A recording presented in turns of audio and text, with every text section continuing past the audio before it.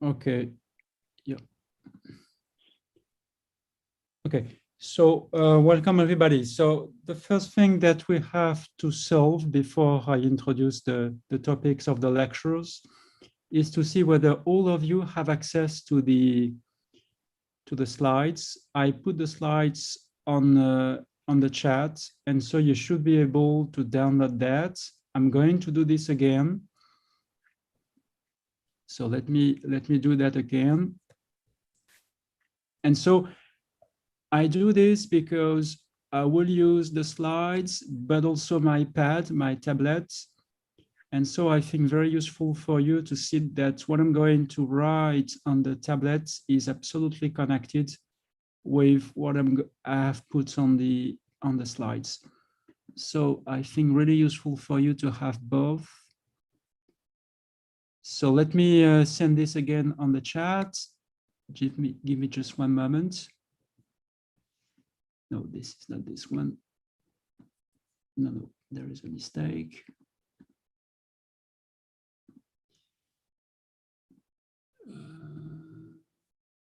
I'm sorry about this.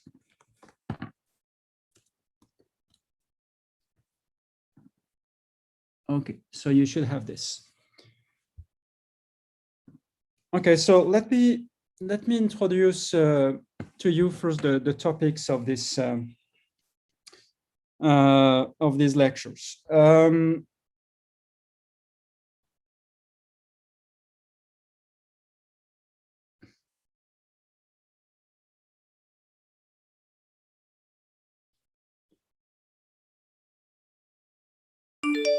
So now you should see my the screen of my tablet.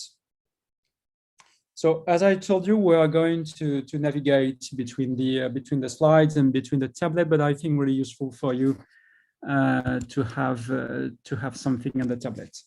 So the generic or the general topic of these 4 lectures will be on Manfield games. So let me write this down.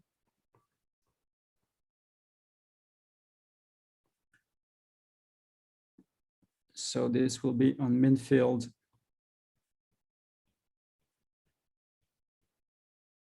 games. And so before we start, I should give you a list of references that you could use and that you can easily find. So the first thing I have to say is that a few years ago, there was a series of lectures by Pierre-Louis Lyons at the Collège de France on this topic. And in fact, Pierre-Louis Lyons is one of the father of this theory, and you can find all the videos of all the lectures on the website of the Collège de France. So before I explain to you what is the general topic of Manfield games, let me give you a series of references. So once again, you have the videos of Pierre-Louis Lyons at the Collège de France.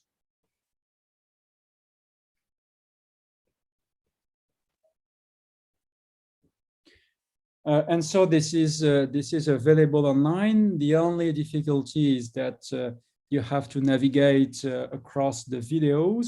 But fortunately, there is a very, very good summary of all these videos that has been given in recent notes by Pierre Cardaliaguet and Alessio Porretta. So in fact, the videos, these are videos of courses that were given during several years. So maybe 2006 to 2010 or 2011, I don't remember exactly. And so you can find a summary of the contents of all these videos in a recent survey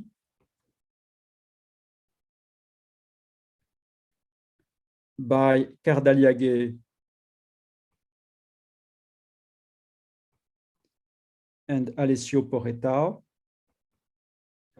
And so this survey was published as part of a volume on Manfield games that was written after a course in Italy.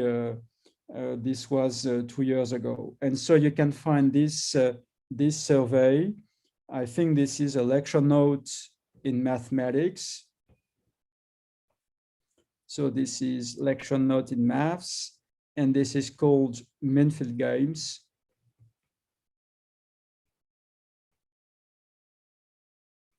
So this is the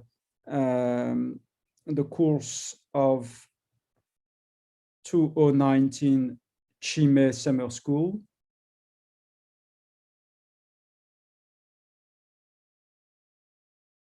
And so once again, in the introduction of this survey, you have a very, very nice presentation of all the videos, maybe not all the videos, but many very good table of contents of all the videos of Lyon. So really, I encourage you to have a look at this. This is absolutely useful if you want to navigate on the website of the Collège de France.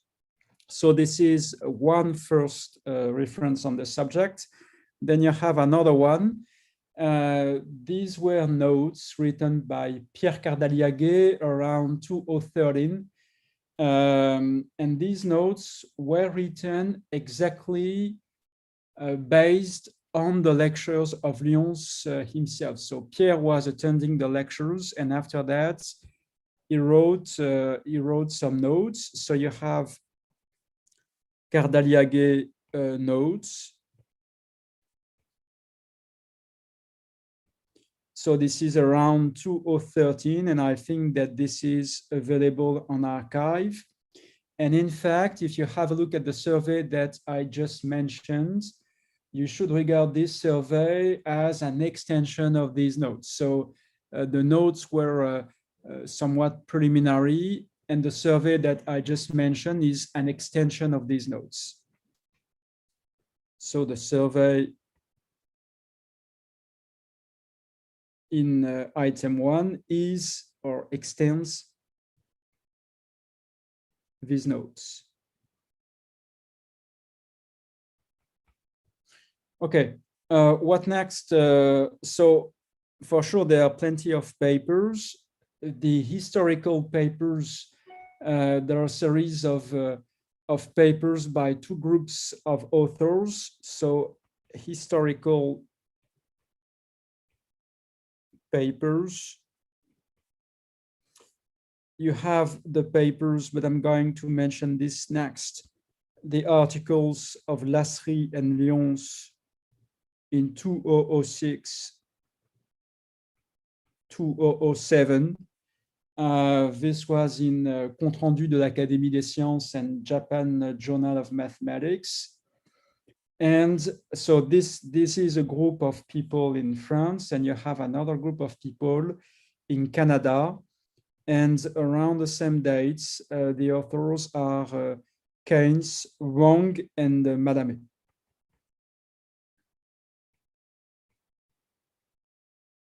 So this is around the same dates to 2006. Then more recently, I did one book with René Carmona. So there is a 2-volume book with René Carmona. And I think that if you really want to enter the subject, certainly the first volume is absolutely enough. What I'm going to speak about during the next lectures also deals with the second volume. But for the basics, this is absolutely sufficient to have a look at the first volume. So maybe volume one is sufficient for most of the lectures.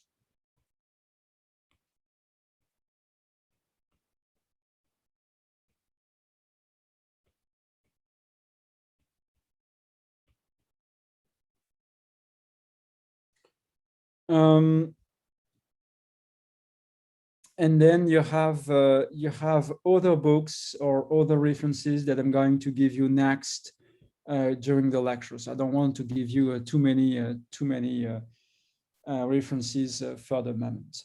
So what I'm going to do as a starting point today is to give you a motivation for Manfield games, and then to introduce to you the formulation, the mathematical formulation of these Manfield games. And you have to keep in mind that the subject is at the intersection between PDE and probability theory, for sure also game theory, calculus of variation. But you can find in Manfield games approaches based on PDEs or on stochastic analysis. And what I'm going to do today is to try to explain to you how these two approaches or these two formulations can be introduced. And also I will discuss a connection with another topic, which is not exactly the same, which is called Manfield control. And I'm going to show you that there are some connections with these other topics. But to start with, I would like to give you the really basic motivation. So if you have the slides, so really I'm going to follow the slides. At some point, I'm going to switch to my slides, but I don't want to do that too often, otherwise this will be a bit complicated for you to follow. So the first point is to try to see the basic purposes or the basic purpose of Manfield games. So what you have, depending on your background, is that you can think of Manfield games as a theory for games with many agents or players with a weak interaction. And this is what I have to describe right now and to introduce to you during the first steps of this lecture today. So this is a theory for games with many players. So when I say that, for sure, there are plenty of questions that you should wonder here, because certainly there are names or there are words that you may not know here. So you could wonder what is the notion of game. So I'm going to go back to this next, but let me give you some intuition about the main words that you have at this step. So what do we mean by games and what do we mean by players?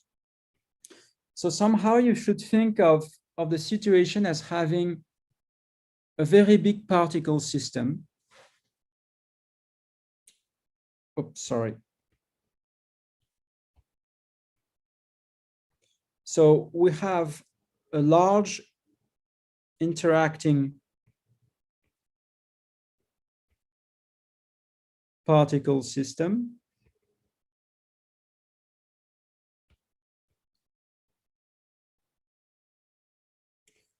But the point is that usually when you have a particle system, you are prescribed the dynamics of the particles. And here the philosophy is to say that, in fact, the particles become players in the sense that they are rational and they can tune part of their dynamics in order to achieve some objective. And this objective could be, for instance, minimizing a cost or minimizing an energy or maximizing a reward. So usually you have that, usually the dynamics of the particles are prescribed if you have a large interacting particle system. But differently from what we are going to do, or what we are going to do here is a bit different, and this is for sure inspired by game theory. So here, the particles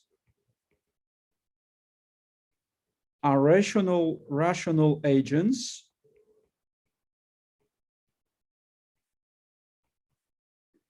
and this means that they can tune some control or some parameter in order to achieve some objective.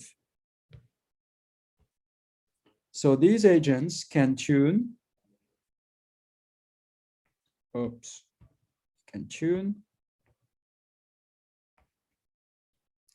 some control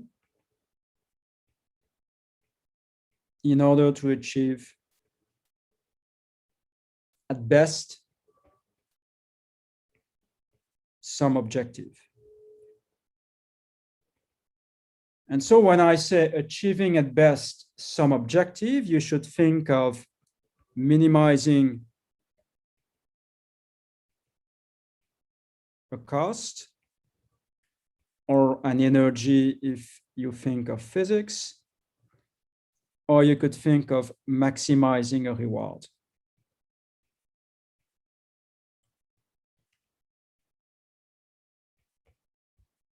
Okay, so this is the starting point. But now when you have many agents, so many players, so I'm going to use the terms of agents or sometimes players if needed. So here I'm going to say as well players. In fact, you have to describe several things. The first one is, what does it mean that they want to achieve the objective? And the feature is that somehow these players are selfish in the sense that they want to maximize the reward for their own or to minimize the cost for their own. And so they don't really care about the global state of the population. And so at the end of the day, since they're selfish, there is a kind of competition between the agents. So this is something that you have to keep in mind. So the players act individually, which means that they want to minimize. I'm going to minimize and not maximizing, but for sure by changing sign at the end of the day, you could maximize instead of minimizing. And so they want to minimize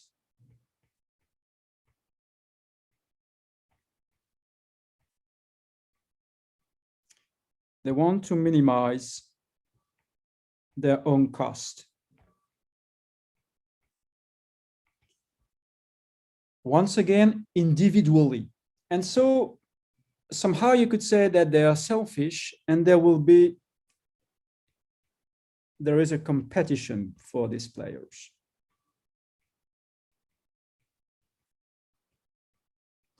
But if you say that there is a competition, then you have to say, what is the interaction between these players? If you want to account for the competition that you have, you should say how one given player is going to see the others.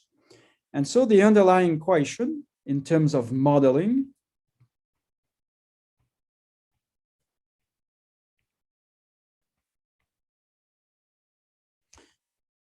this is to say, or this is to answer this question, what are the type, or what is the type of interactions between these players?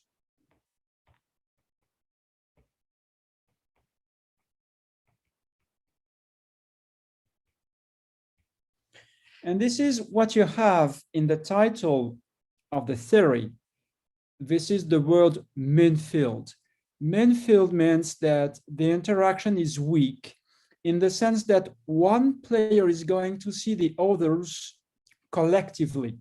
I'm not going to see the state, the precise state of particle number 1, particle number 2, or particle number 3. No, I'm going to see the others as a global environment, and I'm going to interact with this global environment in a whole or as a whole. And so this is the word Manfield.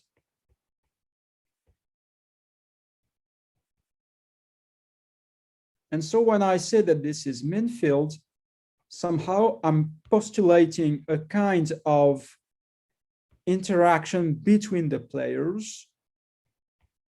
And I say that one player sees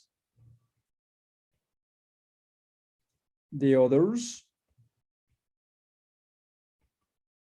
collectively, right? This is exactly what we are going to do. And so I'm going to give you some examples, and to give you these examples, I'm going to use the pictures that I gave you on the slides. So examples, see the pictures on the slides.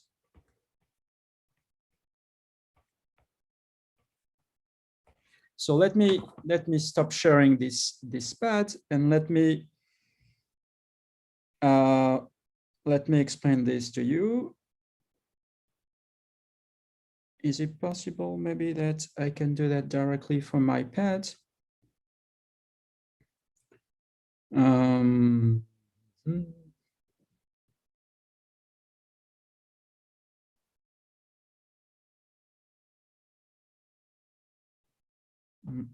Okay, it seems that no. Okay, anyway, so let me share now my laptop, if this is possible to do that.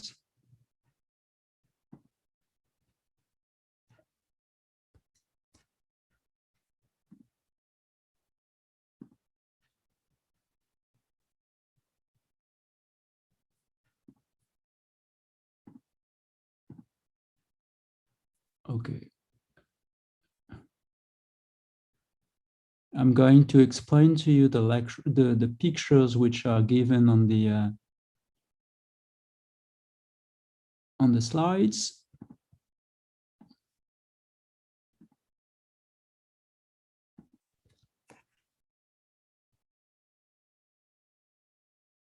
Okay, so let me do this.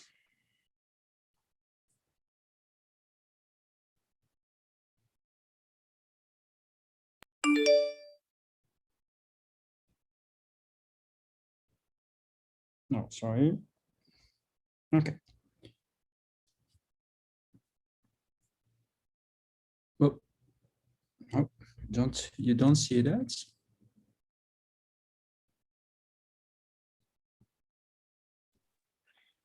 Francois, we see your desktop instead. Yeah, it seems that you don't see my. Let me do this again.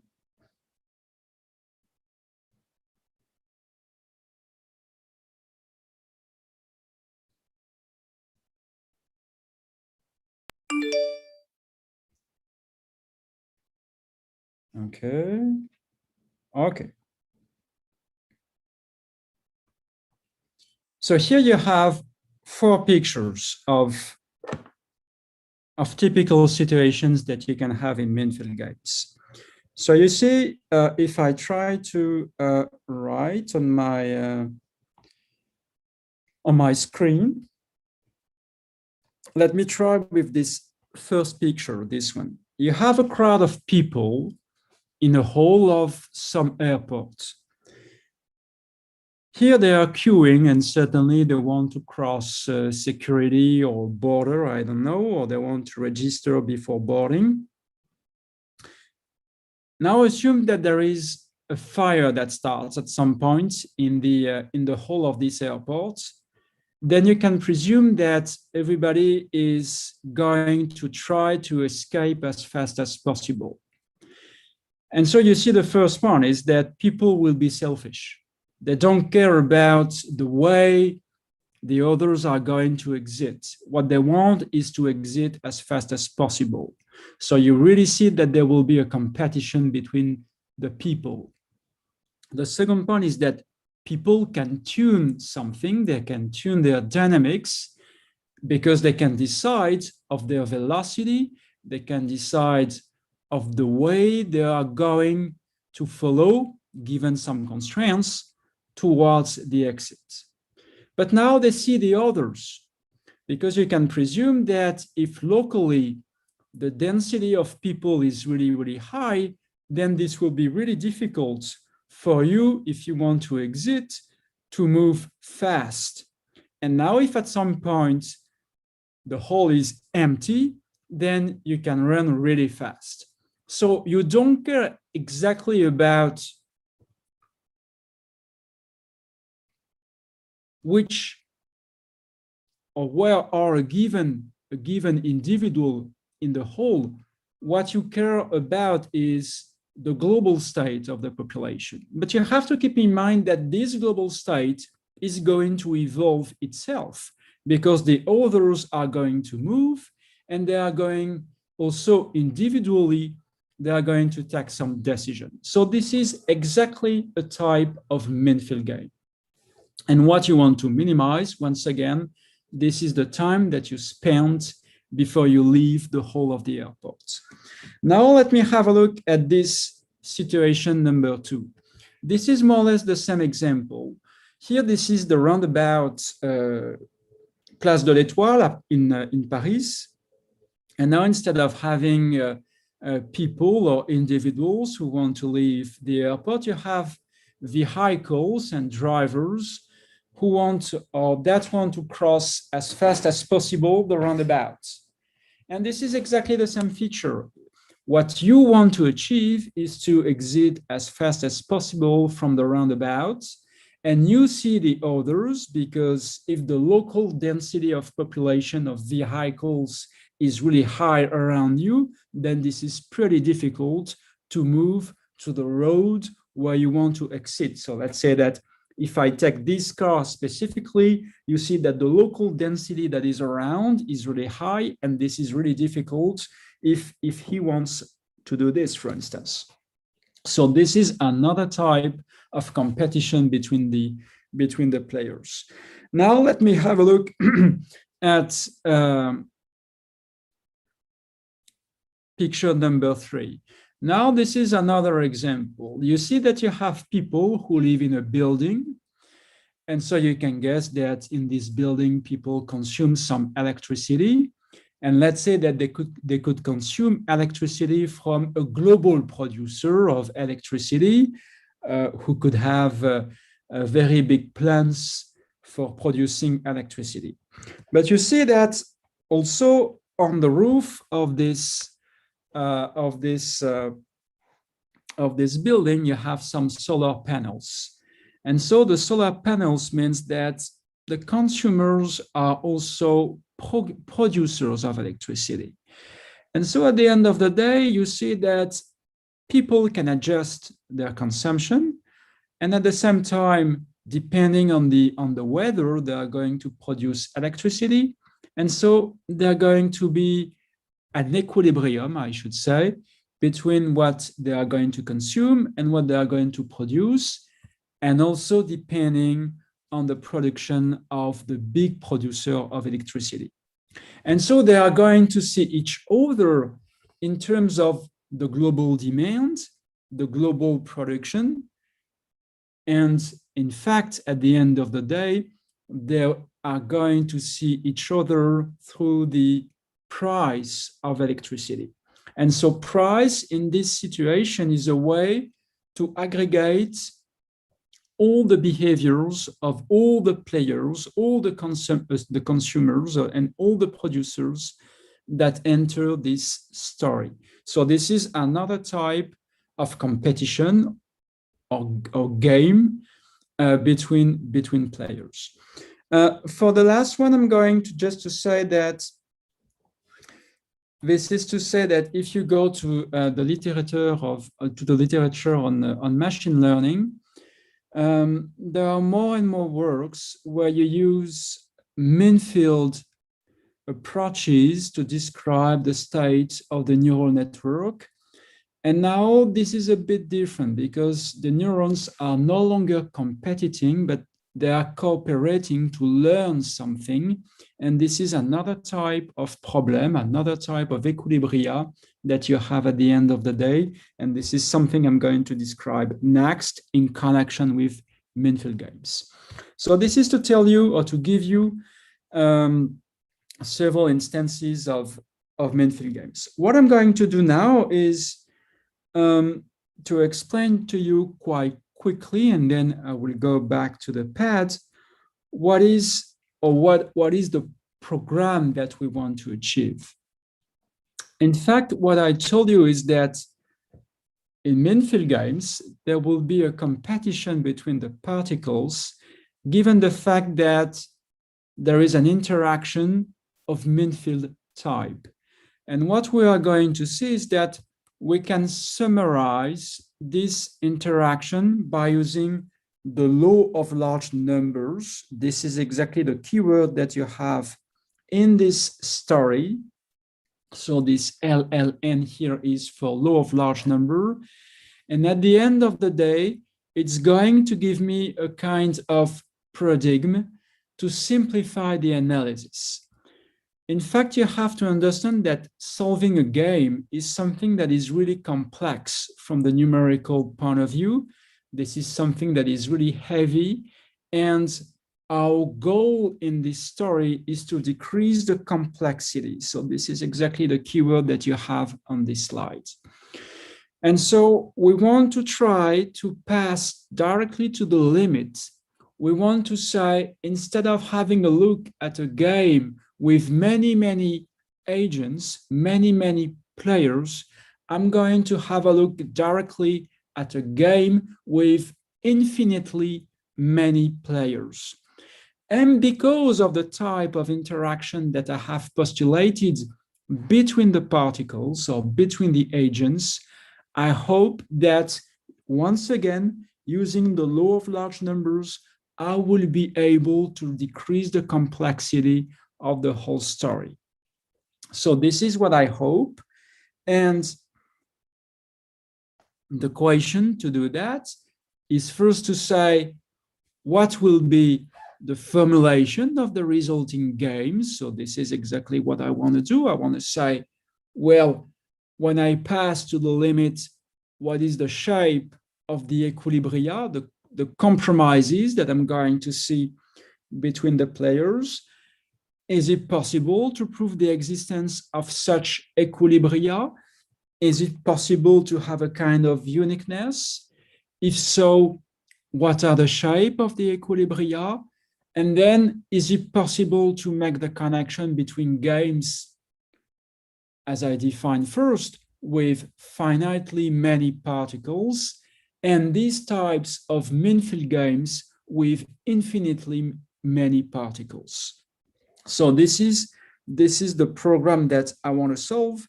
And so a last few words about references. So I gave you a couple of references, of general references, where you can find earlier results or surveys or general exposition of the field. And if you want to Googleize or to look for more papers on MathSciNet, certainly you have to think. So once again, Lasry and Lyons and these people in Canada are really the founders of the topic. Then you have the notes of Cardaliaguet, and after this, Cardaliaguet did many things about the PD approach to Manfield games. Yves Hajdu did a lot for numerical analysis and trying to solve numerically Manfield games. And so then you have other works by, let's say, Gangbo, Gomez, Porretta on the PD approach. I'm going to describe this next. And as for the probabilistic approach, Alain Bensoussan, Carmona, and myself, Daniel Laker, for instance, did also a lot for the probabilistic approach to Manfield games.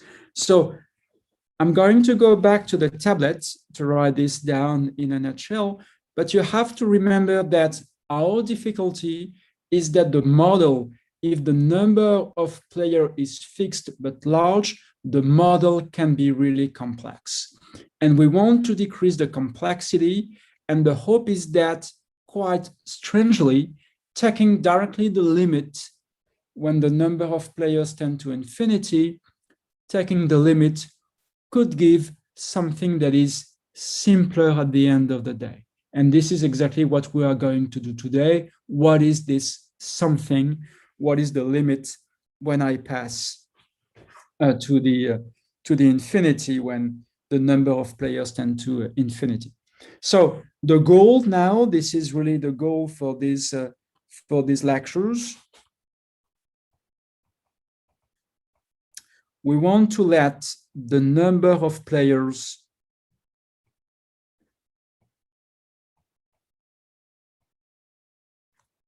tend to infinity, strangely, because we hope that with this operation, we will be able to decrease the complexity. So in order to decrease the complexity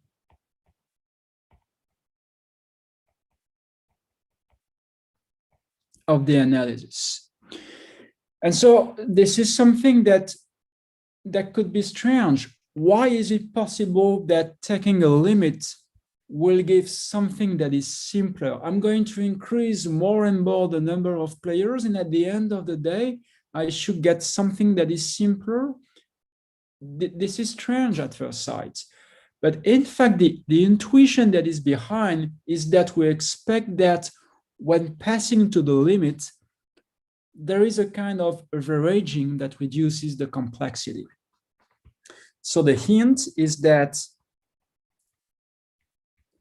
there should be some averaging effect that indeed could permit to reduce the complexity. And from the probabilistic point of view, this averaging is connected with the law of large numbers. This is the reason why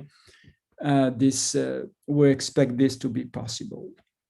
And now you could complain, because you could say, what does it mean to be complex? What is specifically complex in this story?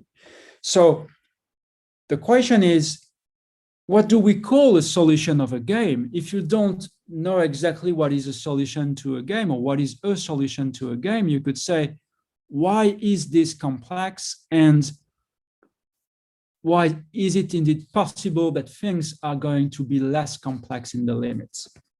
So let me speak now in my second paragraph in this section 1 about equilibria in games with a finite number of agents.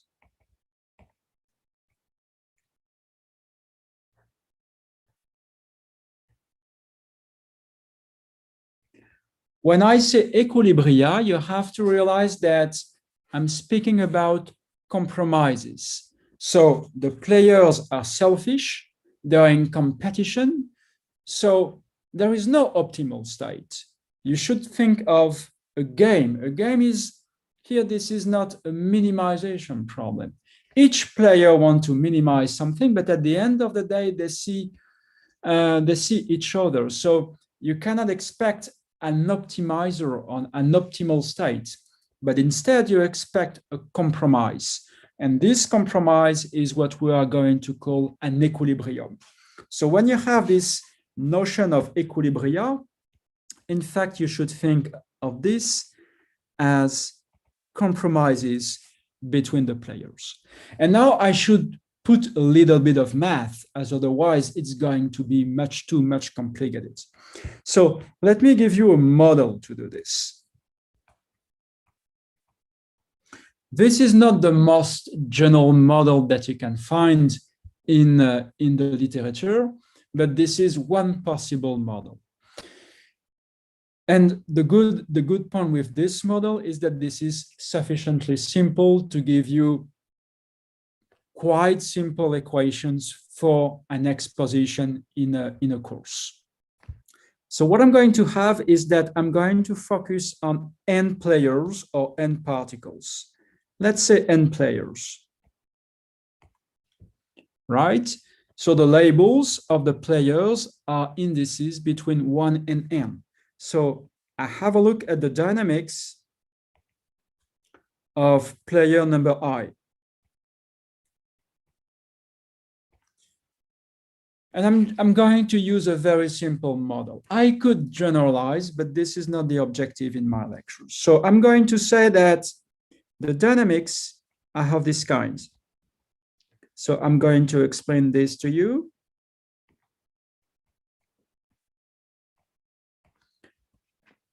So there are three terms in this dynamics.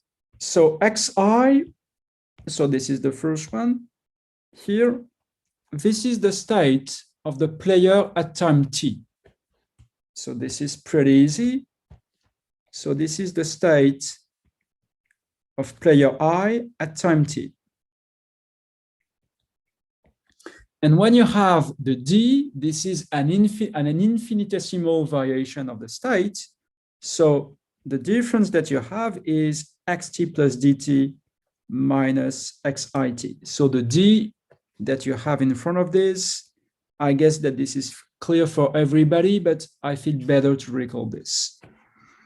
Now, what is this dBTi? What I'm going to say that the dynamics of this player is possibly submitted or subjected to some noises or to some shocks. And to simplify, I'm going to say here that the shocks are just Brownian motions. So here, this is just an increment of a Brownian motion, but you see that this Brownian motion depends on I. So each player has its own shocks. This is something that is really important. You will see next that we could say that there could be a kind of common shocks for all the players. And so the situation would be different. So let's say that if you want to retain the information at the bottom of the slide, you have that BT1, BTN are n independent Brownian motions. I said nothing about the dimensions. What I'm going to say is that the state at time t is in RD. And so accordingly, I'm going to say that the Brownian motions are or take values in RD. And now you have something else. You have something that is a kind of velocity. And this is a control. If you remember of the model in the whole, I'm going to say that I can control my velocity at any time. So this is the instantaneous velocity of player number I. So here, this is instantaneous velocity at time t.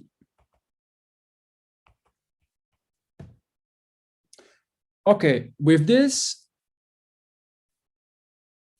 player, I'm going to associate a cost functional. I'm going to use something that is absolutely general. I should give you some examples, but I'm going to use this as a benchmark example throughout my lectures. And then depending on the model that you have in practice, you should adapt or not the type of cost functional that I'm going to use.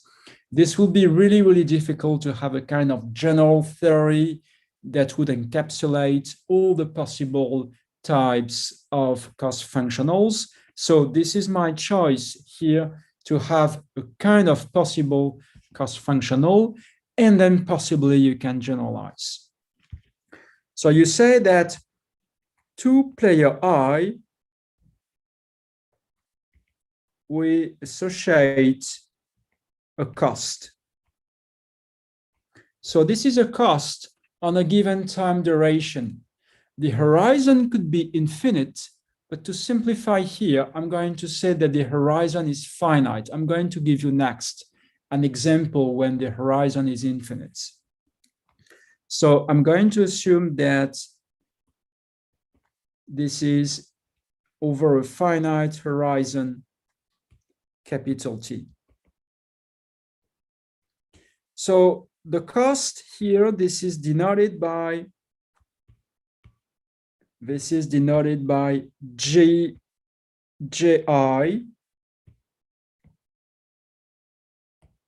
So this cost is denoted by JI. Keep some space. I'm going to say that this is an expectation. So I average with respect to all the possible noises which are behind.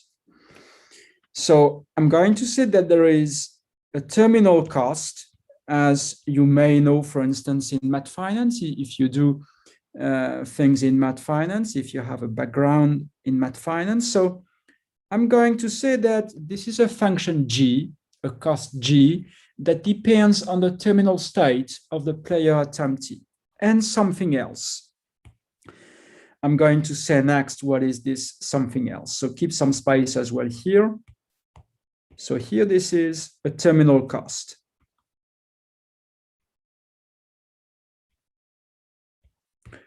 And next, I'm going to say that there is a sum of running cost.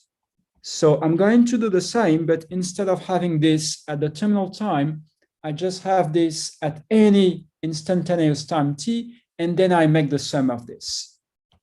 Keep some space. And I'm going to pay for the intensity of the velocity. Somehow, the higher the velocity, the higher the cost. So I'm going to say that I have a kind of kinetic energy that is related to the intensity of the velocity. So you should think of this, of the last one, as a kind of,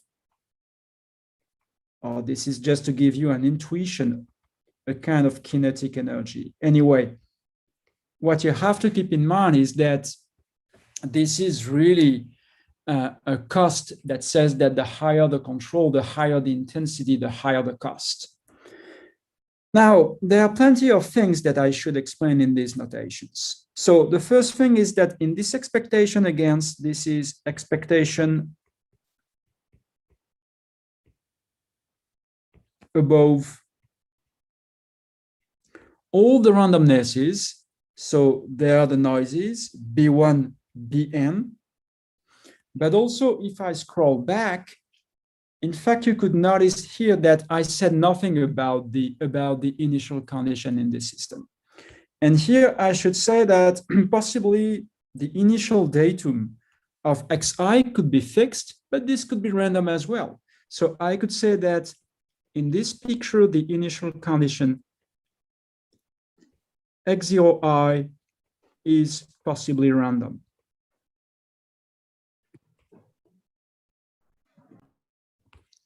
And if this is random, what I'm going to say is that, in fact, most of the time, what I'm going to do is that the initial conditions are also independent. So here, I should say that I have two things.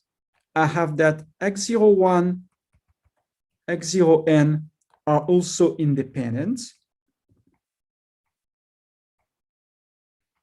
And I should say that the initial conditions and the Brownian motions are independent. So somehow all the noises form a collection of independent random variables with values in suitable spaces. But this is just to say that in my expectation, this is expectation above the Brownian motions, but also in fact on the top of the initial conditions that you have. Well, this is one first feature that you should keep in mind in this story. Another one is here you should say, well, I don't see the interactions between the players. I just have a functional G, a functional F, but I don't see the others. So here, this is pretty easy to see that G is a function that takes RD times something into R. This is real valued because there will be a cost. And F is the same. But you could say, and you could complain, what is this question mark that I should put here? And precisely the question mark is going to be my interaction, or this will be the modeling for the interaction. So that's the key point. Now we specify the interaction between the particles in the question mark. And so the point is that I want to say that when I am player number I, I'm going to see the others in a collective way. So once again, I don't care about where is player number one, where is player number two. No, I just care about the whole. And in probability theory, there is a very nice way to summarize the whole. And this is what we call the empirical distribution of a particle system. And so the good point is that we have to use the empirical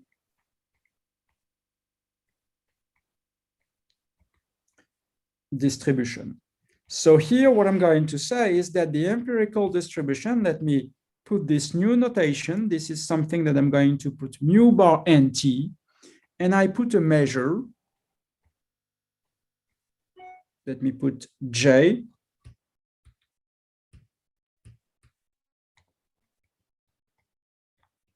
of delta xtj. So this is just a way to summarize the whole state of the population. This is a measure that describes the whole state of the population. So measure, for sure, this is a probability measure that describes the whole state of the population.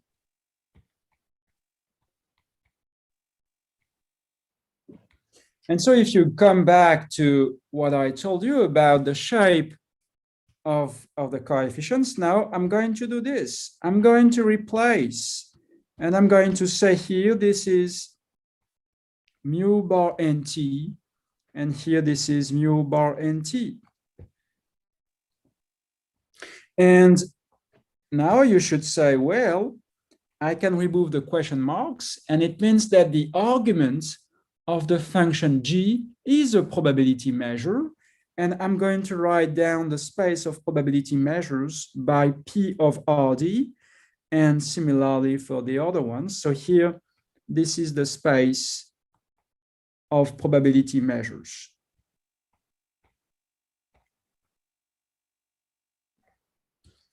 Well, now you could say, what is an example for a function of a probability measure and a state small x? So let me give you an example for small j or small f, small g and small f.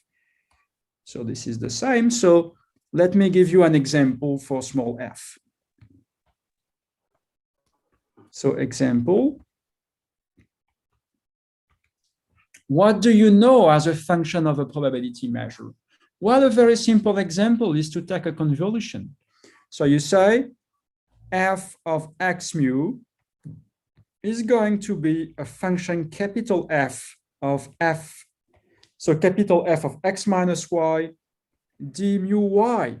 So here mu is a probability measure on RD.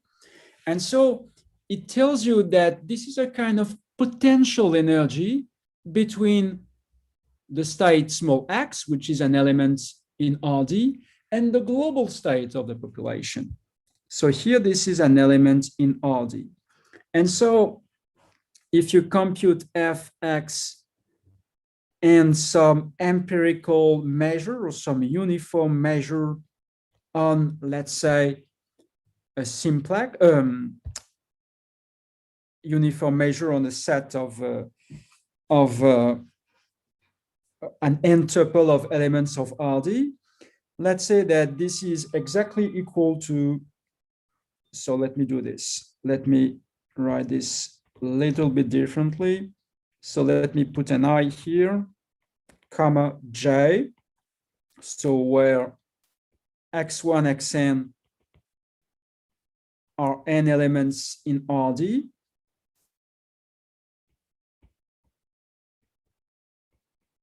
So you replace in the integral. So here, this is an integral on RD. And you just say, well, this is 1 over n of the sum of fxi minus xj. And so here you see that this kind is typically a kind of potential energy.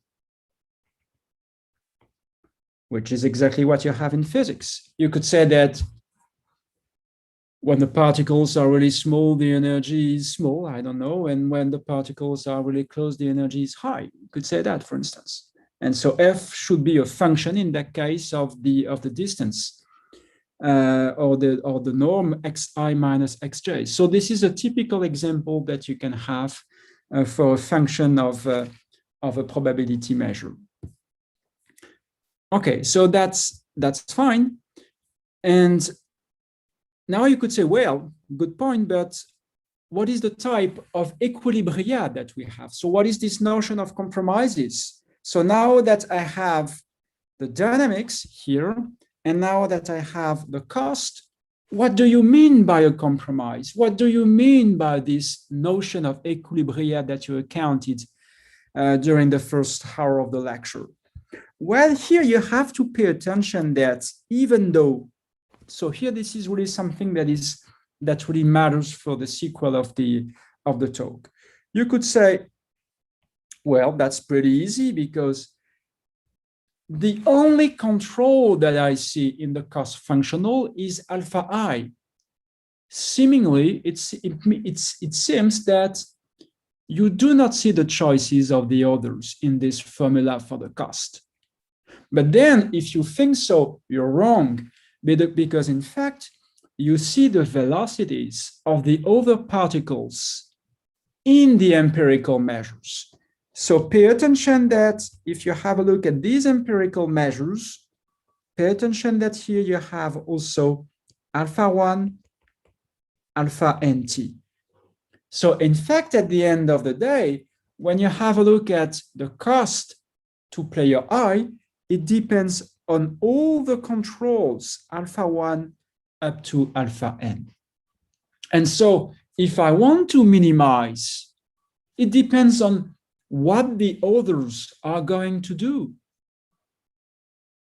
And so when I change, maybe the others are going to change.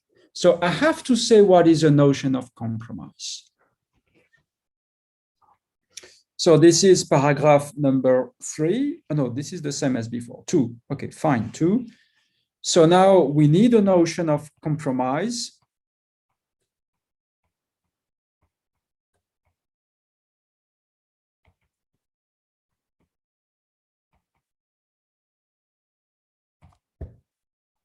But before I say what is a compromise, I should make really clear what is the admissible velocities in my problem. So what is an admissible control for any of the players? So here I should just say definition. We should say that a process is a collection of random variables. A process alpha ti, so this is for t between 0 and t, is an admissible control for player I if, well, there is something that most of you should know, at least if you do some stochastic processes. At a given time t, when I take my decision, when I make my choice at time t, I should not anticipate on the future of the noises, because at time t, I have just observed the past realization of the noises. So it's not possible to anticipate on the future of the Brownian motions B1, Bn after time t. So I should say that at any time t, alpha it is, so this is an RD valued random variable that is measurable with respect to the sigma field that is generated by all the information in the past before t, but not in the future. This is something that we call non-anticipative in probability theory. If you know probability theory and stochastic processes, this is certainly absolutely trivial and obvious for you. If not, you should keep in mind this description that says that it's not possible to be anticipative. So here, please pay attention that I just see the noises up to time t and not after time t. In fact, I want a bit more than this, because here, when I say measurability, this is just in space, in omega. So I have a probability space that is behind. As usual in probability, I'm not going to describe the probability space. And in fact, so you could say that maybe all these random variables are constructed on some probability space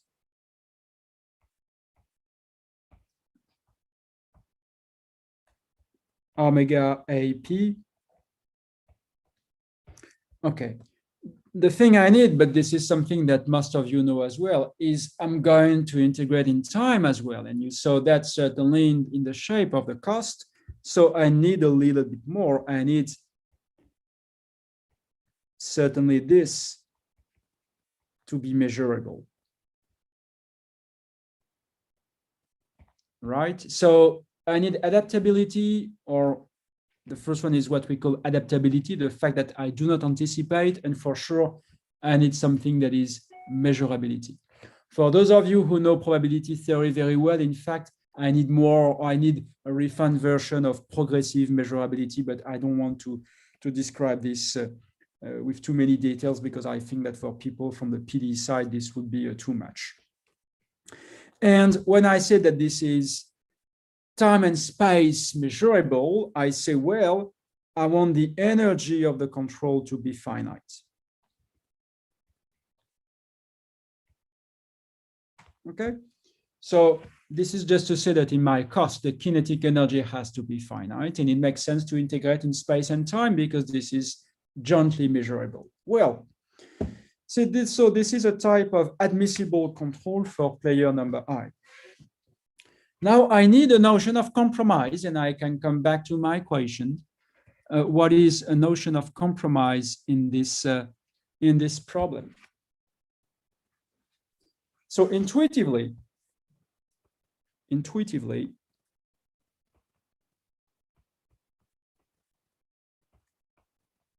what should be a compromise?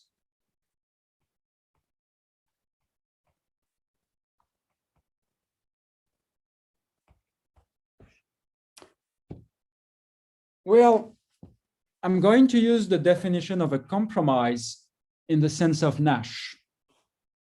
So John Nash. So in the sense of Nash.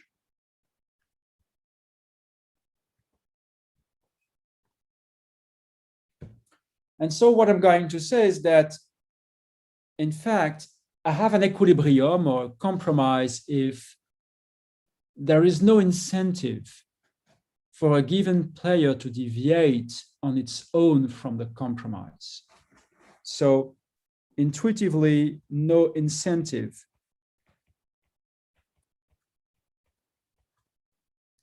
to deviate, we say unilaterally from a compromise.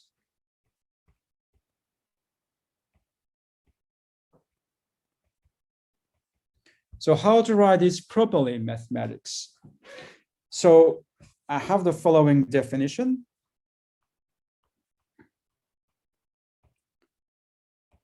I'm going to use labels star to denote compromises. And we say that a tuple, I'm sorry. a tuple of admissible strategies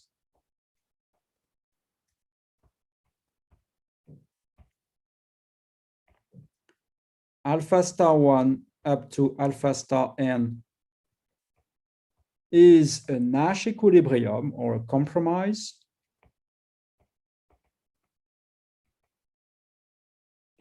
if,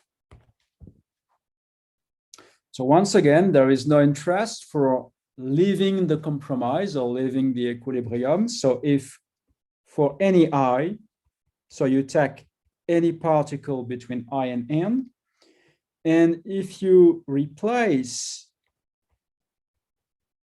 so you take the cost to player I, and you say that player I is going to deviate. So you take the control number I here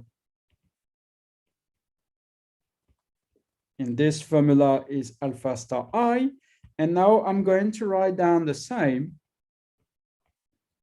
but I'm going to replace alpha star I by some beta I.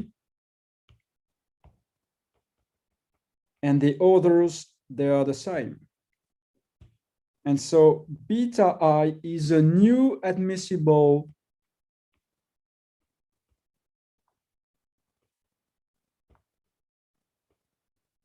control for player I. And since there is no interest for the player to leave the consensus, it means that the cost has to increase. And so this is for any I, and so for any, so whatever the choice of beta I. Okay, so this is the notion of consensus. So for those of you who are specialists of game theory, this is what we call Nash equilibrium over open loop control. This is a bit subtle. If you don't know game theory really well, maybe you can forget what I'm going to speak about now for just 2 or 3 minutes. So this is an equilibrium over open loop controls. Well, what does it mean, open loops? It means that when I change my control, the others keep exactly the same strategies as they had before. It means that somehow their control is a function of the noises. In fact, there is another notion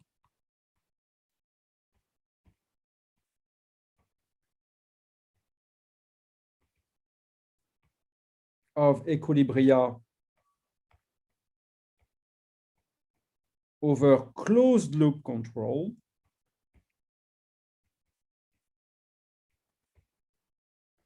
And even more over Markov closed loop control. So maybe let's say Markov here. In that case, it means that if you do that, you restrict yourself to the case when alpha IT has to be a function of the instantaneous state of the system. So you require alpha I to be UI of T x T1 x Tn. And so in that case, you say that UI is a feedback function.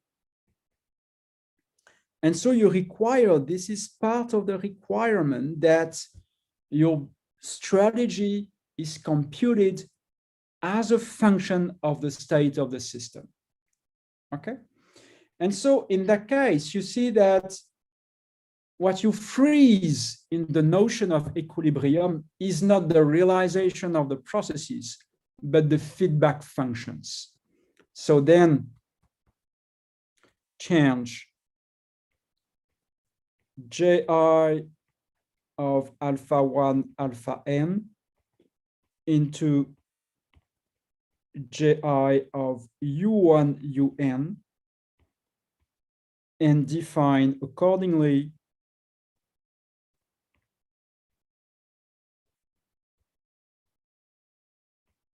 Gi u star 1 U star n, or let's say just U star 1, U star n, as being an equilibrium over Markov feedback control. So in that case, what you freeze is no longer the processes alpha, but the feedback functions themselves. The equilibria might be different when n is fixed, but the very good point is that in the Manfield game theory, the asymptotic formulation will be the same. So this is the reason why I don't insist too much on this equation. So this leads, oops. So this leads to the same Manfield game problem. So I don't really insist on the difference between the two of them. Anyway, you should keep in mind that if you know a little bit of game theory, then there are other notions for compromises or for a control. Well, so now I think that we have enough for entering the definition of a Manfield game. But before I do this, I just would like to share with you.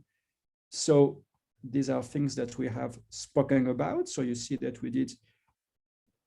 we managed to do things in the slides. And now here, this is an example. This is a slightly different example from what I spoke about, but this is just to show you that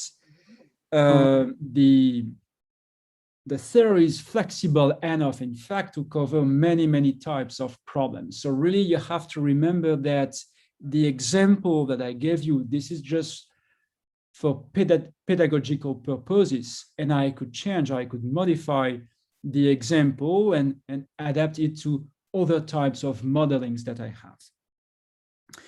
So here, this is an example that is taken from Guéant, Lasry and P.L. So this is another reference that you may want to have a look. If you really like to see some application of Manfield games to economics or finance, this is one of the first, let's say, survey in the field. And so this was published in the Paris-Princeton lecture.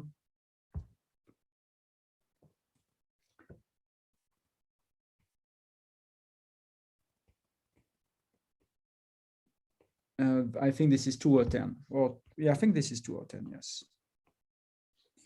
And so you say that there are exactly n producers of oil. So this is a model for production of exhaustible resources. There have been several papers by these authors on this equation. These are really nice papers.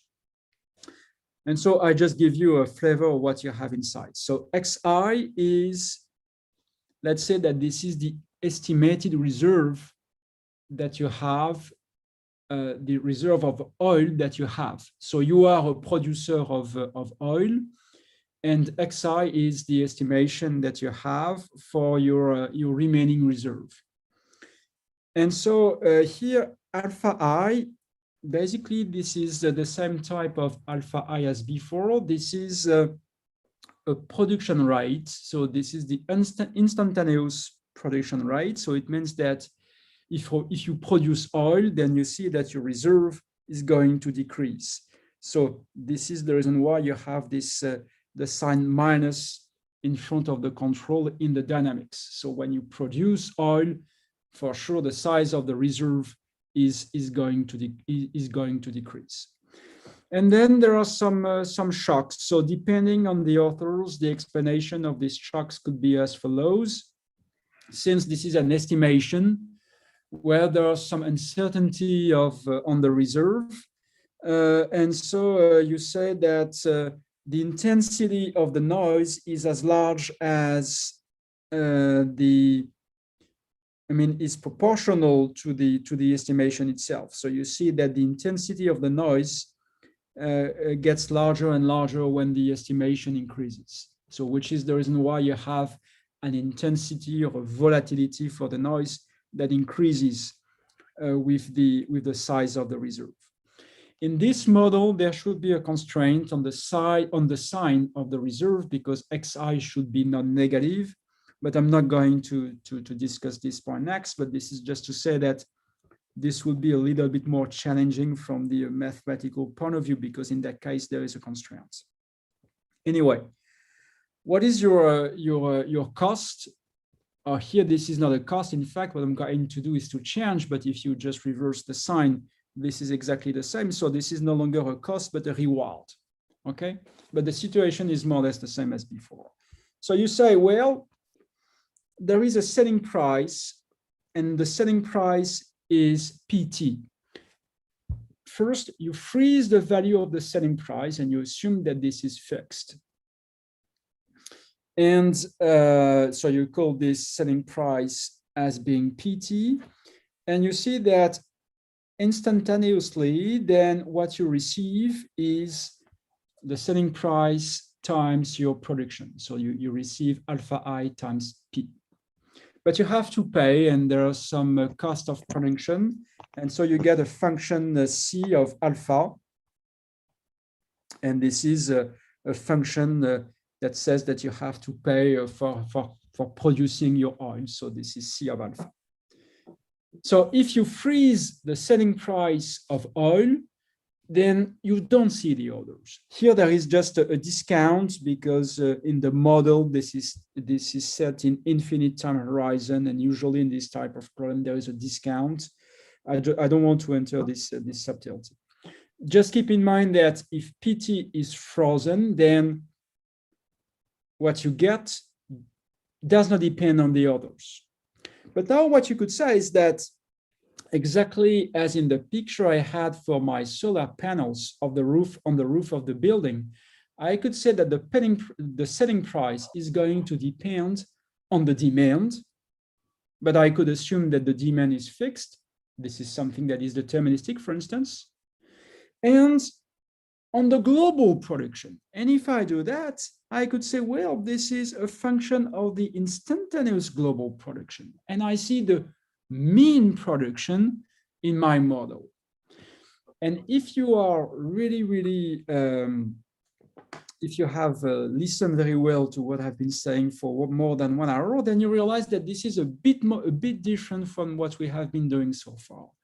Because here the Manfield interaction is not in terms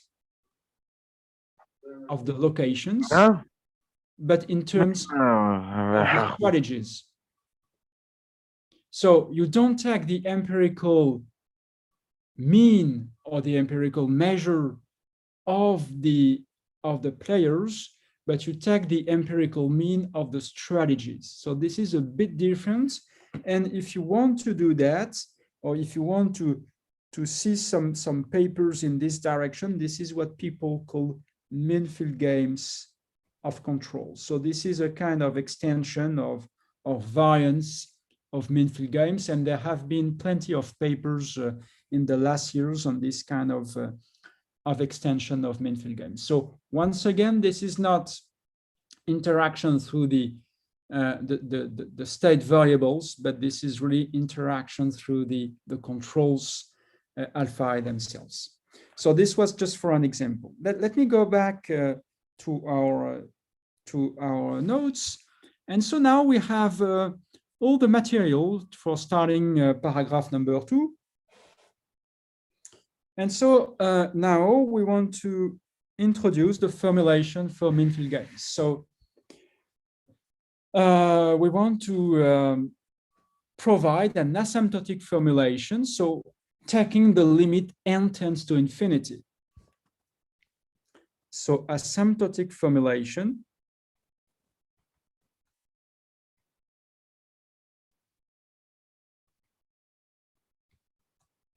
under the limit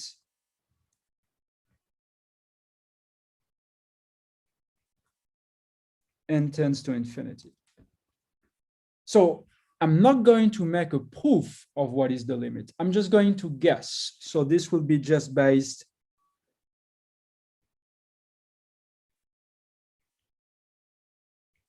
on the intuition. So this will be an intuitive derivation of what we get asymptotically. Okay.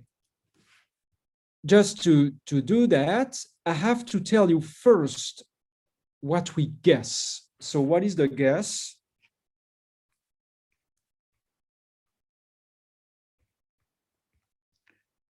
So if you want to follow at the same time the slides, just to tell you, I have jumped to section B, paragraph B, section 2. So this should be page 31 in the slides.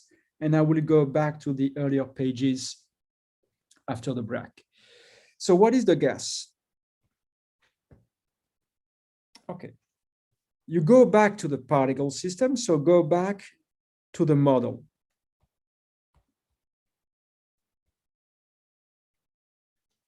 So what I told you is that we had some dynamics of this shape.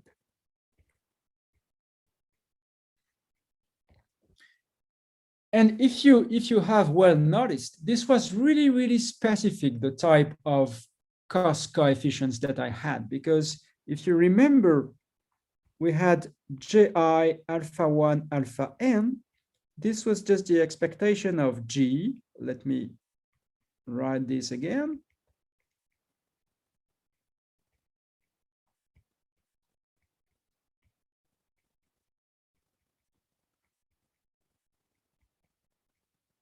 Plus 1/2 alpha ti squared dt. And in fact, you see that in this formulation, there is something that is really strong as an assumption. What I'm doing is that all the players use the same functions, G and F. This is the same for all of them. And so there is a lot of symmetry in my problem. So you have to write this down in your notes if you want. So there is a lot of symmetry here.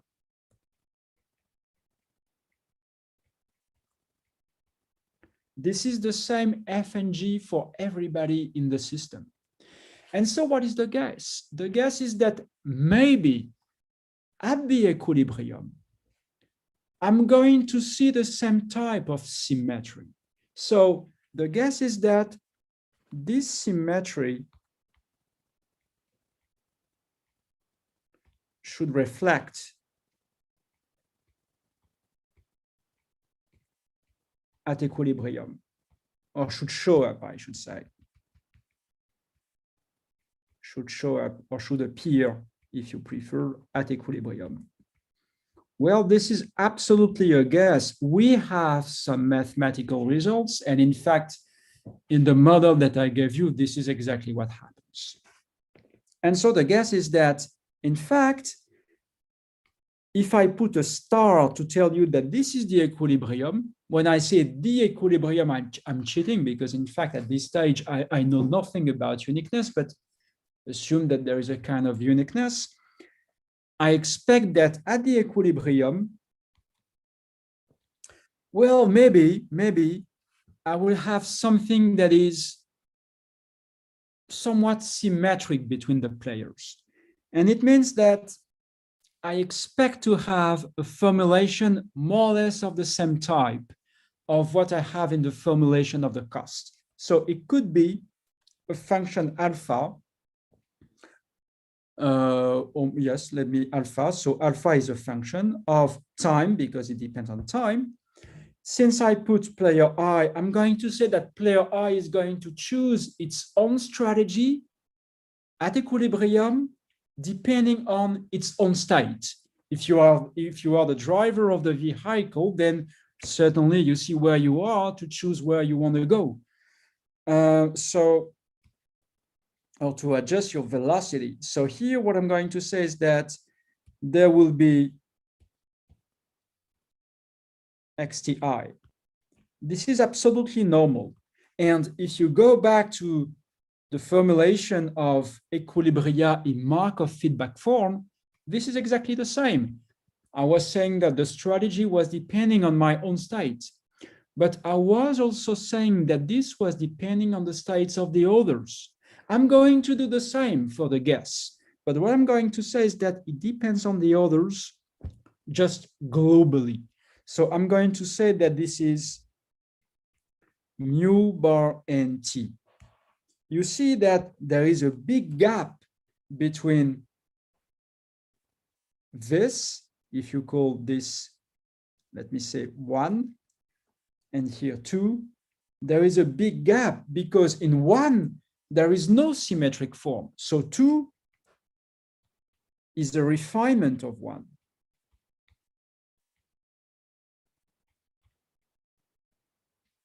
Because we say the equilibrium strategy should retain a form of symmetry. In fact, we are not able to prove this in practice. It's not possible, even in the model I have. So what we have, the best we have, is that this depends on n. You see that this function should depend on n, meaning that when n increases, that's fine. This is symmetric in the other particles. When I say that it depends on the empirical distribution of the system here, it says that this is symmetric in xj for j not equal to I. So this is something that we can prove under quite reasonable assumption. But I'm not able to prove that the resulting alpha is independent of n. But we guess that asymptotically, when n tends to infinity, this is almost independent of n. So now the guess or the conjecture in this type of model is that alpha n is in the constant, or constant, not a constant function, but the sequence is converging when n tends to infinity. And so we expect alpha star IT to be really close to alpha T xt. I should put a star here because if I really want to make it proper, when I replace the strategies, the particles are going to be labeled by a star. So star is for the optimizer. And so I should have this.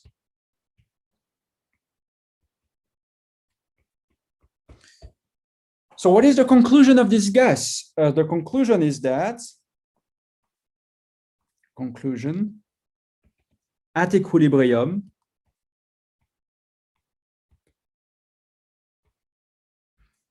we should have,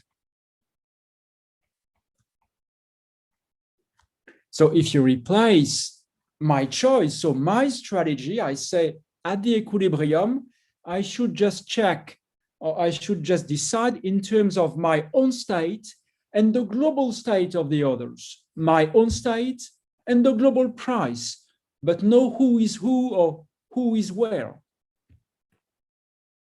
So I should have something as dx star it is nearly equal to alpha t xt star I mu star nt dt plus dbti, right? And what is this mu star? This is just the empirical distribution of the particles.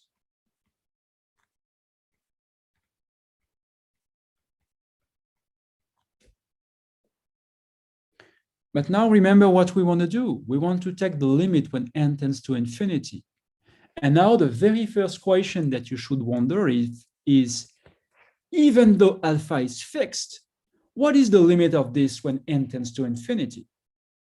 So even if the conjecture is correct, you should be able to answer the next question: what is the limit of this particle system when alpha is fixed and n tends to infinity?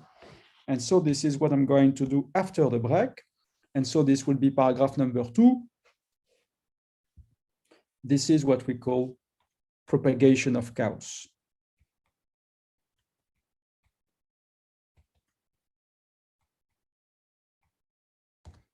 So we will take the limit n tends to infinity when alpha is fixed. And then we will be able to get a derivation of what a Manfield game when n is equal to infinity should be.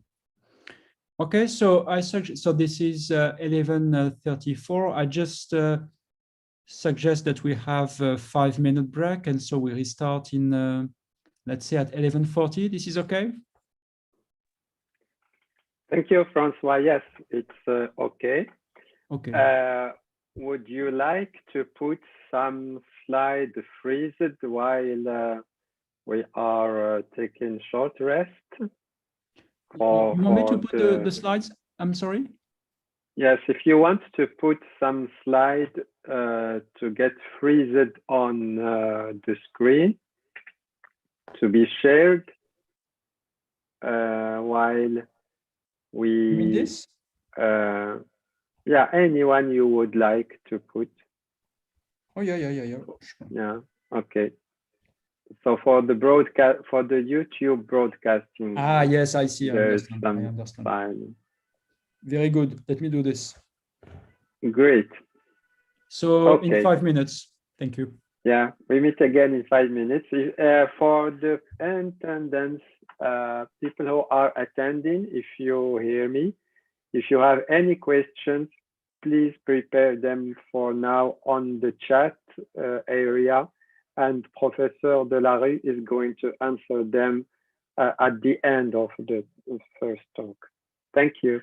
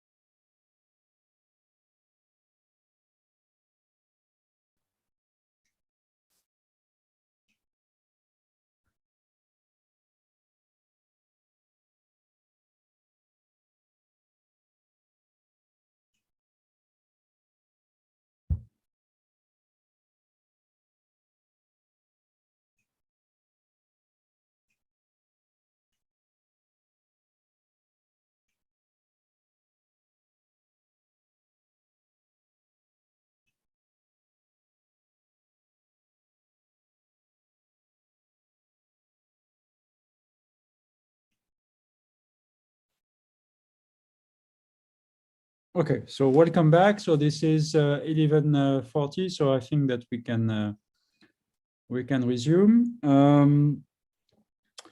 So let me go back to where we are. So what we have been doing this morning for more than 1 hour and a half is I gave you so first I gave you some references and then some motivation for Manfield games, starting from games with finitely many players. And we decided to have a look at a very simple model. But you will see that even this very simple model will be quite interesting, and this will be sufficient to derive the corresponding Manfield game and to see what are the stakes, the difficulties, and to define a methodology to do that. So I gave you some basic definition for the strategies and then for the Equilibria. And then what we started to do next is to have a look at what should be the infinite formulation when the number of particles tend to infinity. And the basic observation is that we could be a little bit ambitious or optimistic in the shape of the equilibrium feedback. So the decision that is taken by the particles, we say that maybe it just depends on the state of the particle itself and the global state of the others, which is a way to retain the symmetry of the model. And now we realize that if we wanted to carry on the analysis, then what we had to do was to address the formulation of this system when alpha is fixed. So this is what we are going to do right now. So let me call this equation number 3. And the first thing that you could wonder is, well, this is an equation. This is a big system.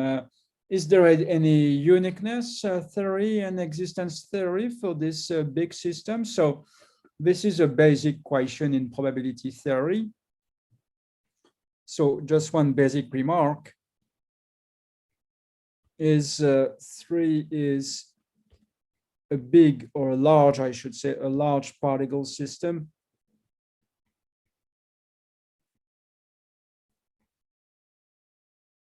And so do we have well-posedness of this system?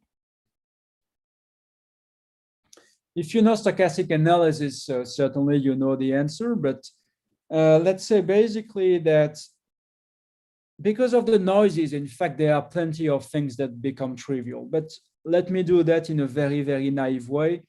And if you know basic results in ordinary differential equation, you could say, well, it's going to work in the same way, even in the presence of the Brownian motion. In fact, the Brownian motion is even more helpful in this situation, but I'm not going to use that. So the point is that the answer is yes, if the function alpha, so the function alpha times RD to the n. So this is not exactly alpha. In fact, this is, I'm misleading here. So I'm taking time and then I take x1, xn as an n tuple. I map this onto alpha t xi 1 over n of the empirical distribution of the n tuple, and I need this Lipschitz continuous in the usual sense.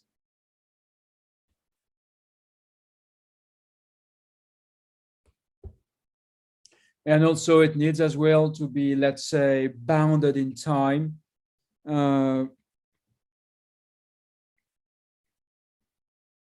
Plus bounded in time. Okay, so these are things that we know how to solve. I'm not going to spend too much time on this kind of question, but what I would like to emphasize here is this notion of Lipschitz.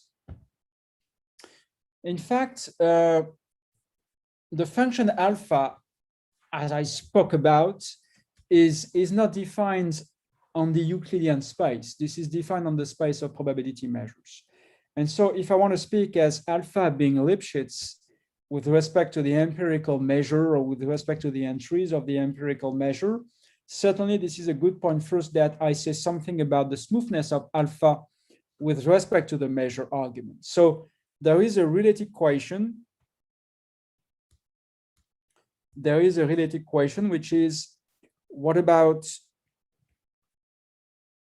the smoothness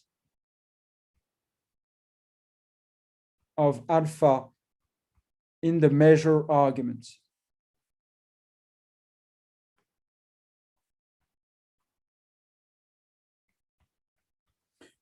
And so now this is a bit more subtle because you have to decide of a distance that you have to use on the space of probability measures. So for sure, the space of probability measures is somewhat infinite dimensional, and the choice of the distance really matters. And so usually what people do is that they work with so-called Wasserstein distances that people from optimal transportation know very well. And let me have this definition.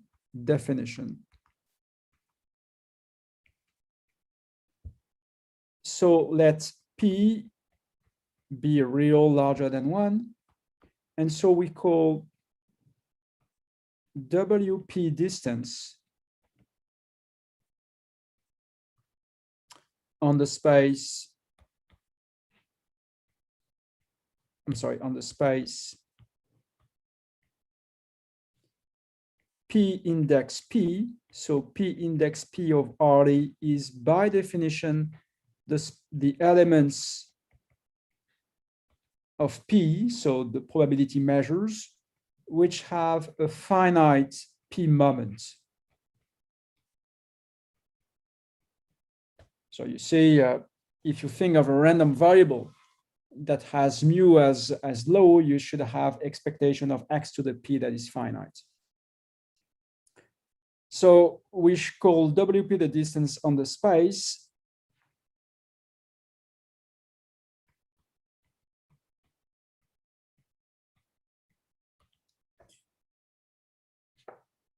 So what you do is that you take any two probability measures in P index P, and you say that WP mu index nu. So this is a bit subtle. So when you have two probability measures, what you would like to do is to construct another probability measure that is on the top of that. So this is what we call a coupling.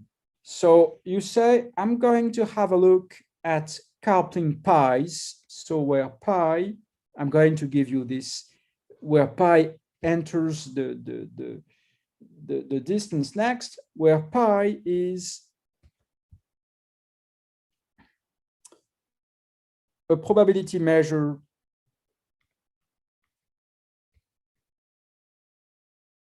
on R to the 2D, so RD times RD,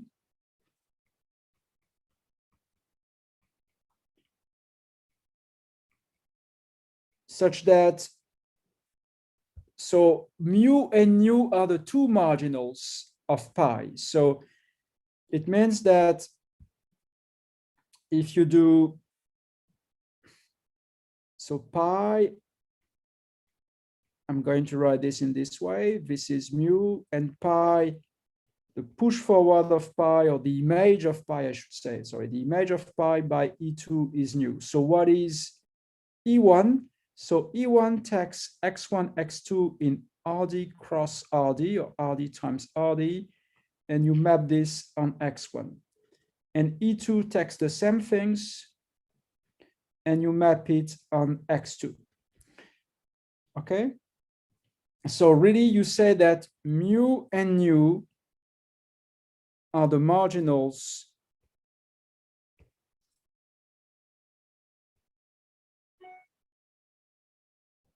of pi. And so you take all these possible pi's And now you say, I'm going to minimize over all the pi's. And so I take the distance between x1 and x2, the LP distance, under the measure pi. And so I have 1 over p.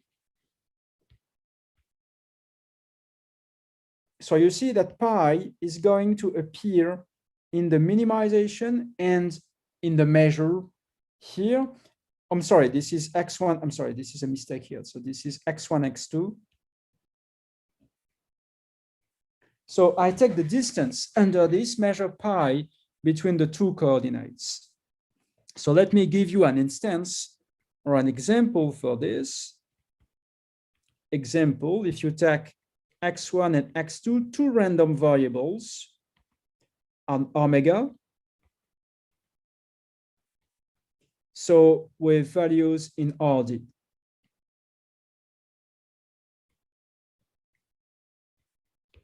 And if you want to have a look, assume that the expectation of x1 to the p is finite, and similarly x2 to the p is finite. And so you let, as we did before, so following what we want to do, we let mu is the law of x1. So here L is for the law. And similarly, I say nu is the law of x2. So for those of you who are not so aware of this with this kind of things, it means that the expectation of any function that is measurable and bounded, h is exactly hx d mu x, and similarly, he of hx2 is hx d nu x. So this is exactly what I mean by the law. And when I say that I have this integrability condition for x1 and x2, precisely what I'm doing is that I'm requiring here that mu and nu are in pp. So this is exactly the same thing. And so if I want to upper bound, so an exercise, upper bound or provide an upper bound for WP of the law of x1 and the law of x2. So you just have, in order to provide an upper bound, you just have to provide a choice for pi. So this pi that is in red in the formula. So you just say, I'm going to give you an example of what is a pi. And so choose 1 pi. And when you are in probability, there is an obvious choice for pi. So you could say pi is the joint law of x1, x2. So really you have the law of x1, the law of x2, and the law of the vector for sure. This is a coupling between the law of x1 and the law of x2. And so if you have a look at the integral of x1 minus x2 to the power p of dp x1, x2, then by definition, it's going to be e of x1 minus x2 to the p. So the conclusion of this very simple computation is that WP of the law of x1 and the law of x2, in that case, this is less than e x1 minus x2 to the p 1 over p. So this is just to show you why Wasserstein distances are really, really appropriate when you have random variables, because in that case, you have very trivial bounds for the distance between the laws of two given random variables. And this is obviously bounded by the LP distance between the two random variables. Okay, this is one first point. Another exercise, you take an n tuple. In fact, you take two n tuples, x1, xn. So this is in RD to the n. So the entries are d-dimensional vectors. And you take y1, yn, RD to the n as well. And you just want to have an upper bound for the distance between the uniform measures over x and over y. So you say here, this is the W2 distance between 1 over n, the sum of the deltas of xi, and 1 over n, the sum of the deltas of yi's. Okay? And so once again, you just have to construct a coupling for this.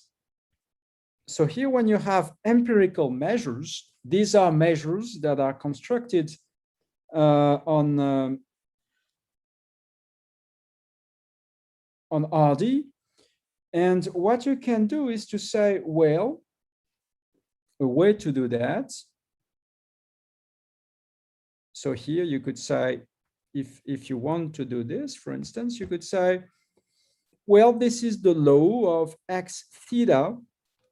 And here, this is the law of y theta. I use this notation because I'm going to use this several times in the rest of my lectures. So where theta is a uniformly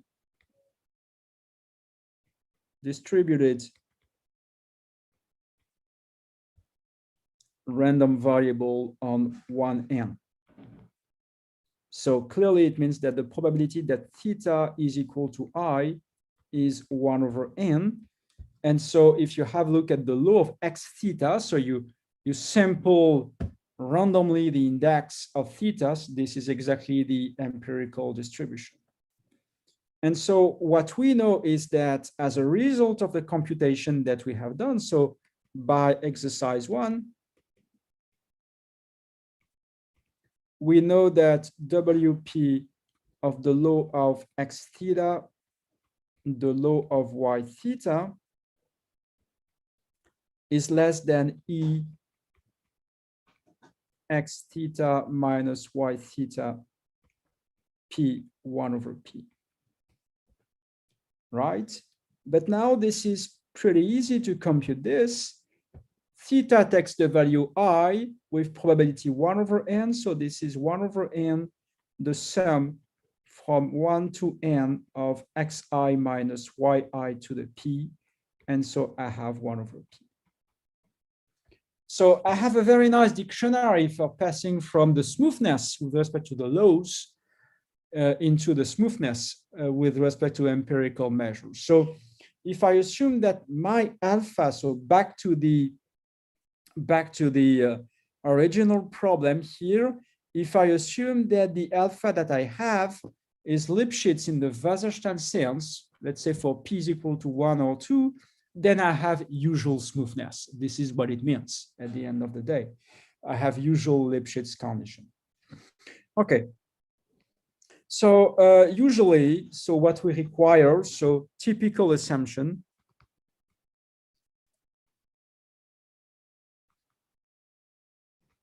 is that alpha is Lipschitz continuous in X, so for the usual Euclidean distance, and M, so the measure argument. So the measure argument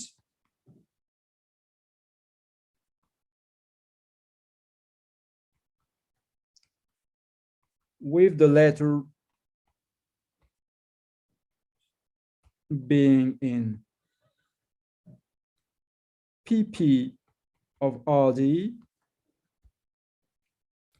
where P is equal to 1 or 2, and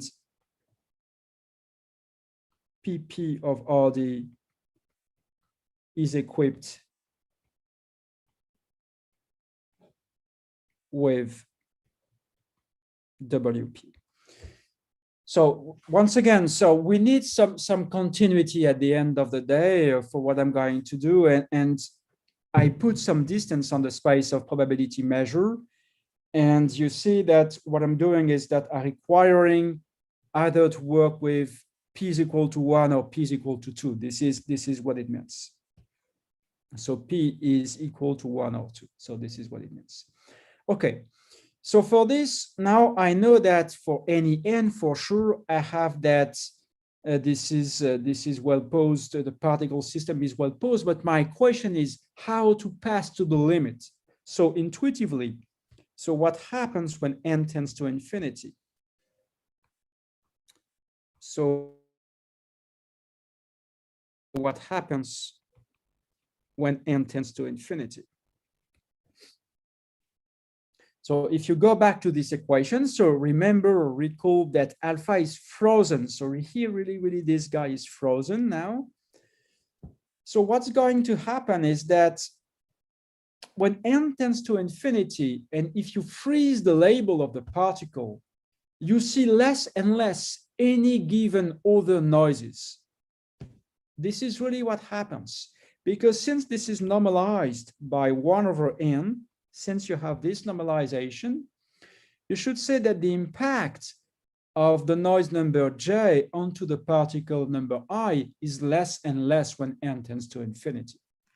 So let us write this down here. So what happens when n tends to infinity? So write again the particle system.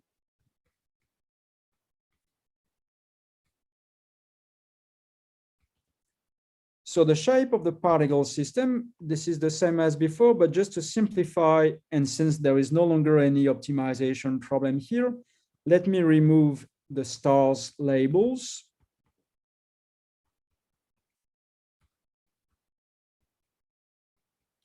And I remind you that this is 1 over n, the sum over the j's of the delta xtj. So fix a label I, and you see that the way the particle I fills the other noises is less and less when n tends to infinity. So I fills less and less the noises bj for j not equal to I when n tends to infinity. The reason is that this is divided by 1 over n. So it comes from the fact that there is the normalization by n. So when n increases, you feel less and less the noises, the other noises.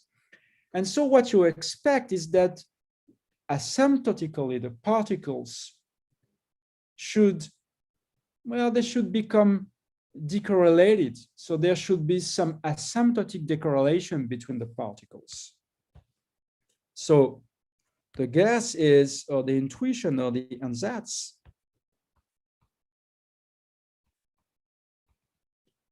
particles get decorrelated when n tends to infinity. You feel less and less the others. So certainly there are some decorrelation. But also you have to keep in mind that everything is symmetric in this story, because if you remember well, the modeling that I told you very first is that if you remember what we had at the very beginning in my model, I told you the initial particles are independent. And in fact, here I should say, and have the same law. I'm going to require that they start from the same distribution. So there is some exchangeability in the system. At the end of the day, everything is identically distributed. if you change the label of the particle by permutation, this will be the same system in law or in distribution. And so you say, if the initial conditions have the same distribution, then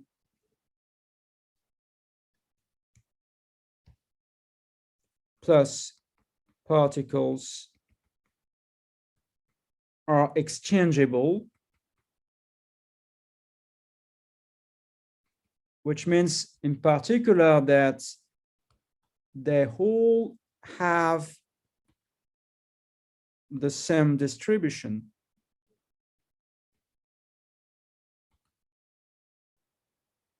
Under the assumption that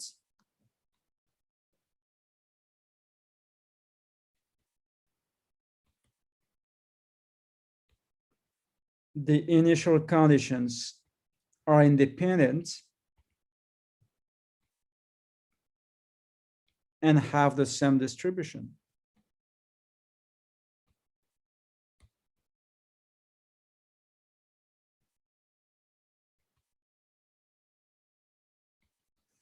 Okay, so when I say exchangeable, it means in theory that if I permute the particles, then the law of the system is the same.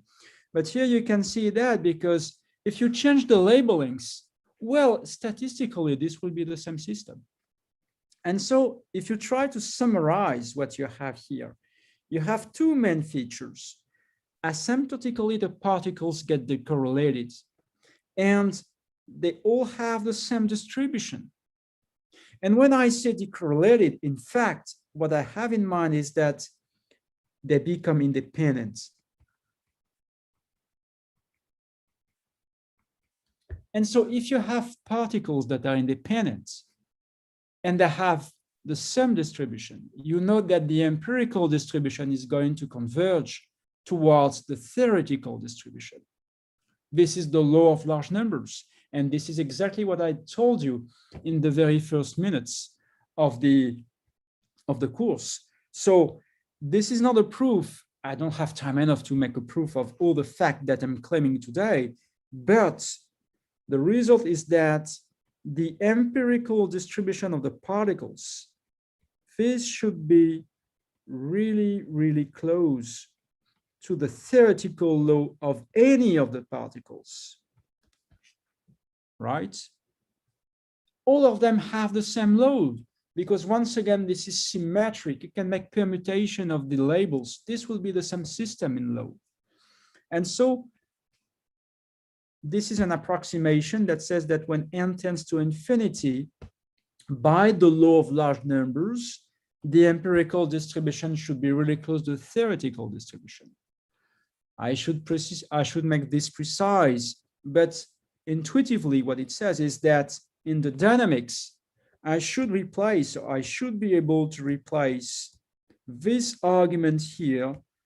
I should say, well, this is really close to the law of xti, which is the same as the law of xt1.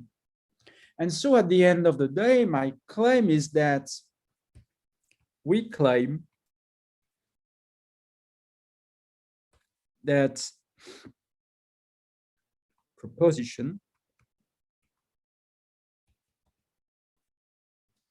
So write xt n1, xt and n. So just to emphasize the dependence on n into the particle system, I'm going to replace xti by xt and I. So here I'm using the notation xt and I with an n to emphasize the dependence on n. So write this. So this is for time between 0 and capital T, the solution of equation number 3. I think this was 3. No, maybe I should call this 4. Of 4. Then as n tends to infinity,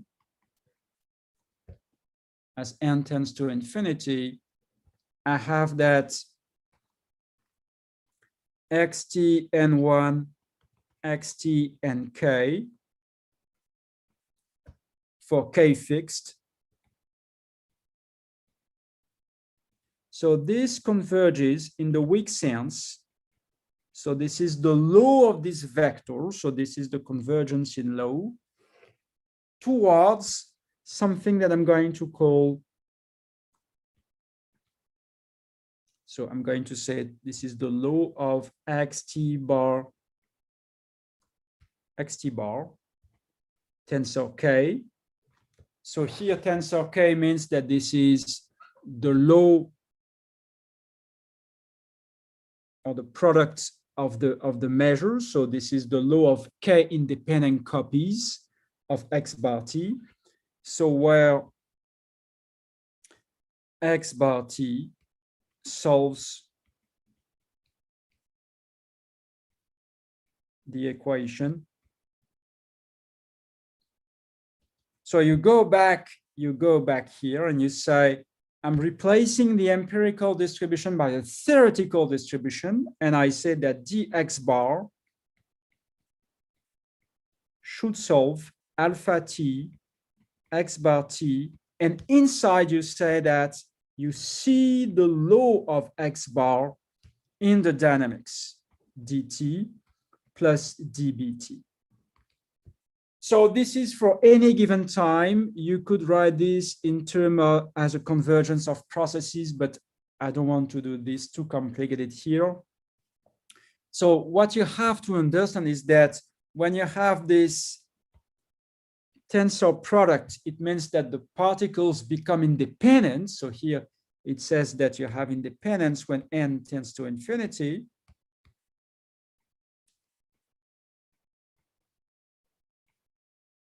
Okay, and this x bar is the solution of this equation. And here this equation is what we call a Makin-Vlasov stochastic differential equation.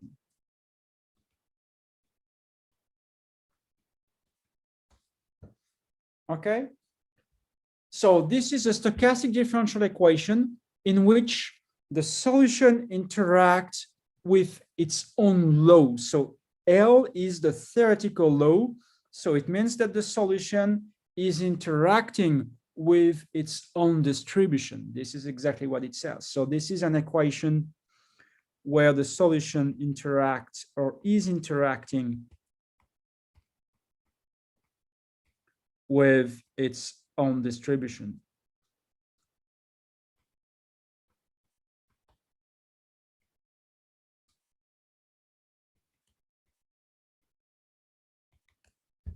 As an exercise, if you don't really know what is probability, or I forgot to say, what is B? B here is a new Brownian motion. You don't care about the label because you just have a look at things statistically.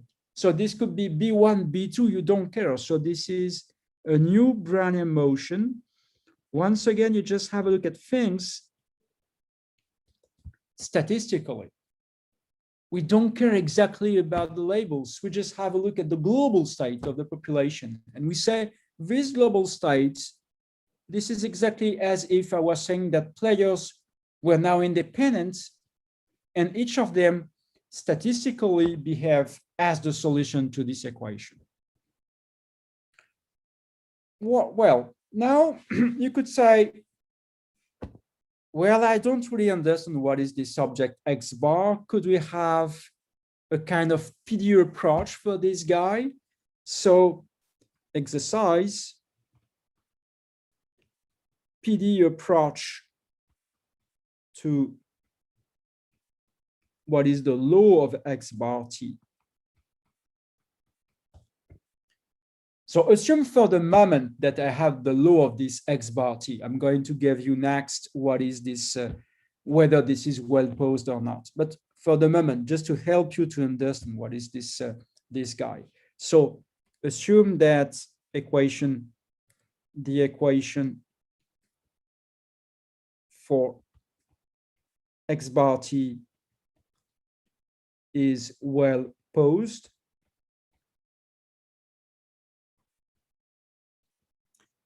and let mu t as being the law of x bar t.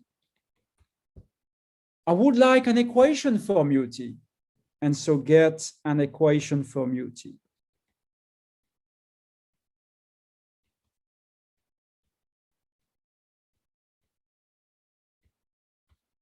So this is my exercise. So how to do that? You take a smooth test function h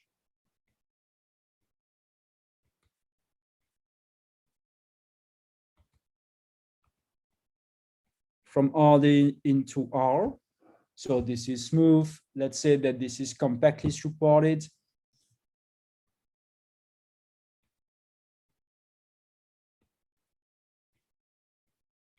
So all the derivatives are bounded. And then you take your h of x bar t, and you want to expand this.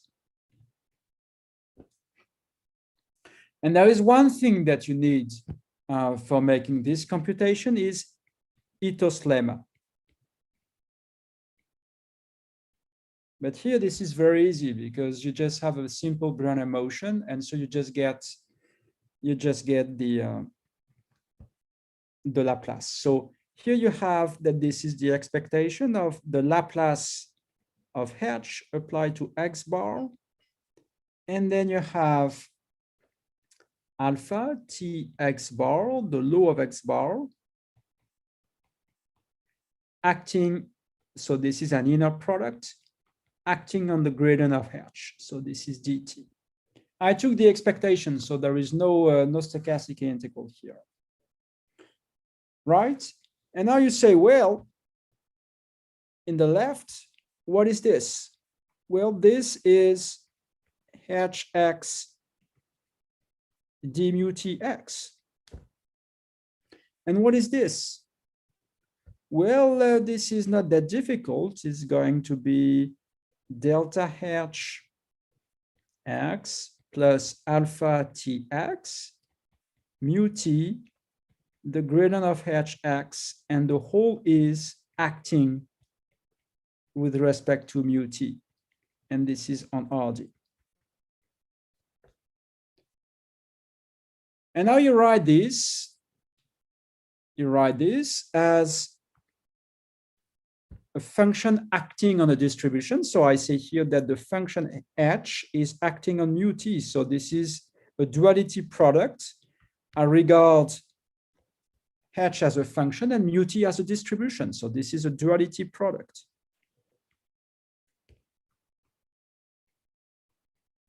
And this guy, I say, well, this is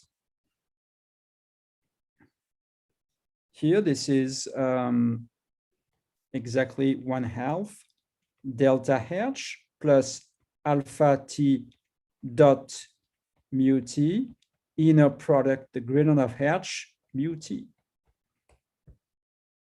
Don't forget that there is the derivative here. So here, in fact, there is d of this, and this is dt, d of this, and this is dt. And also, once again, these are duality products, so I can make integration by parts, and I can say, well, it's going to be 1/2 delta mu t, and then I will have minus the divergence of alpha t dot mu t h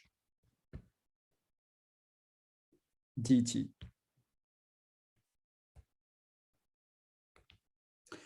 And so at the end of the day, I get that this is h d over dt mu t, dt is equal to this.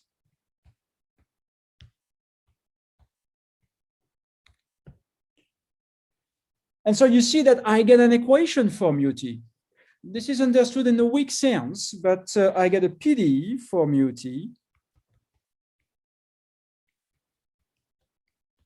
which is the time derivative of mu t is equal to 1/2 delta mu t minus the divergence of alpha t dot mu t mu t. So this is another way to understand what I have been doing by using probability theory. What I'm claiming is that mu t has to be the solution of what we call a Fokker-Planck equation. So this is a Fokker-Planck PD. So this is a PD, this is an evolution problem, and you could wonder about the boundary condition. Here, the boundary condition is that mu zero is the law of x0 or any of the particles in the system. All of them have the same initial boundary, the same initial condition in law. And so this is the same, or this is the common law of x01, x02, and so on. So another way to recast the results that I gave you first is that if I take in my particle system, if I take the k first particles, then they become independent, and asymptotically, all of them have mu t as distribution, where mu t now is given by the solution to the Fokker-Planck equation. Okay, so this is the conclusion, the way you can reformulate my results. And so in probability theory, these results, taking the limit as n tends to infinity, are known as propagation of chaos.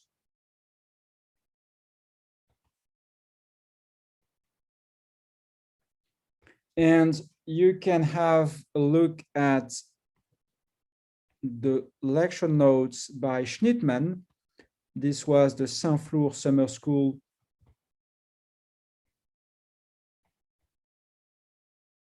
I think this was a 90, but I'm not sure. Anyway, I think this was around the 90s. So you have exactly the foundation, maybe not the foundation, because this kind of things, this come back to the works of Katz and McKean in the 50s and 60s. But you have a very, very nice course in the lecture notes of Schnittmann about these kind of things. Okay, so this was a kind of warm-up for writing down the MFG problem for formulating the Manfield game. So when I say Manfield game now, it really means that n is equal to infinity. So I come back to the case where I have the optimization problem or the optimization layer of the competition between the agents in the particle system. So now this is the next item in my course. So this was paragraph 2 for propagation of chaos. So now 3.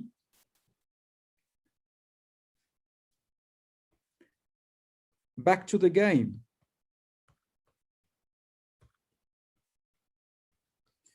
Well, so back to the game. So what I told you is that our guess was that at equilibrium,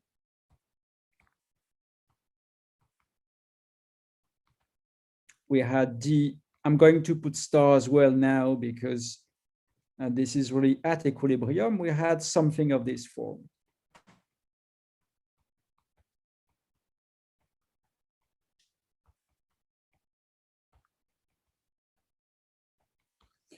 But now we can really use paragraph 2. And what paragraph 2 says is that this empirical distribution now, this is really close when n tends to infinity. This is close to the law of bar xt star. And I'm going to call this mu t, where mu t, so there are 2 ways to do that. So x bar t solves, oh, I forgot to say here, I'm sorry about that. Yes, this equation is well posed, this one. So for the solvability, the simple fact that alpha is Lipschitz under the Wasserstein distance, it makes it well posed. So here, this is well posed. This is well posed under the Lipschitz assumption on alpha. So this is just a usual proof by Picard iteration or Picard contraction. So there is nothing difficult. And this is also in the lecture notes by Schnittmann. So X star solves. So this solves. So the same equation as before, but now I need to put stars inside.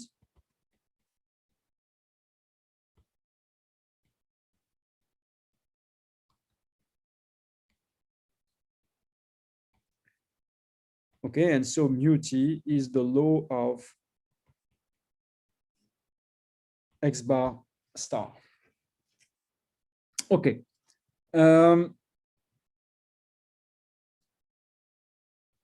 Okay, it looks fine. It looks that you have something in the limit, but in fact, this is not really interesting because what we have done here is just to say that we have this guess that the strategy is going to be factorized in terms of this alpha. And then we say, if we have so, indeed, we know that the particles at equilibrium become independent. And we know that there should be a PD for describing the state of the population. But this is not interesting, or this is just partially interesting, because we would like an intrinsic characterization of what is this equilibrium. Here, the description we have depends on alpha, but we don't know what alpha is. This is just a guess. So this is not really useful, in fact. So the conclusion is partial only. So we should say that we guess that as n tends to infinity, the players at equilibrium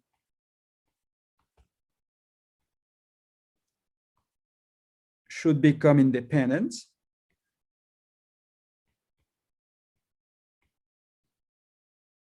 And the theoretical distribution and the empirical distribution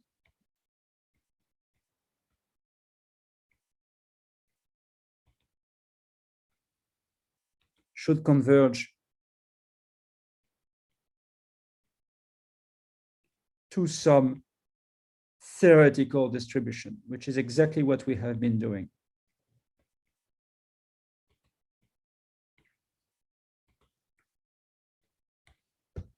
But this is not enough. This is not enough.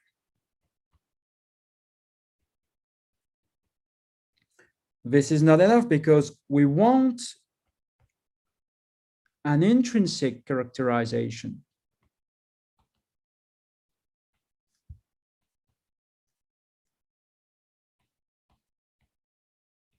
of an equilibrium.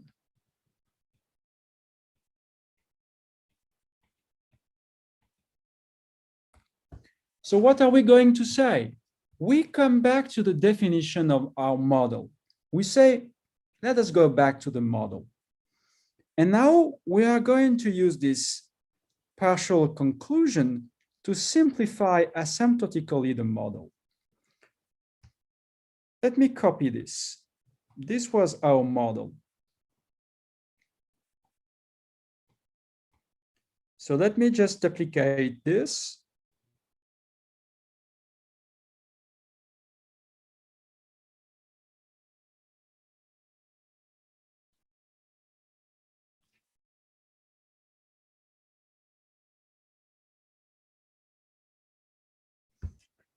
Okay, so this was the model.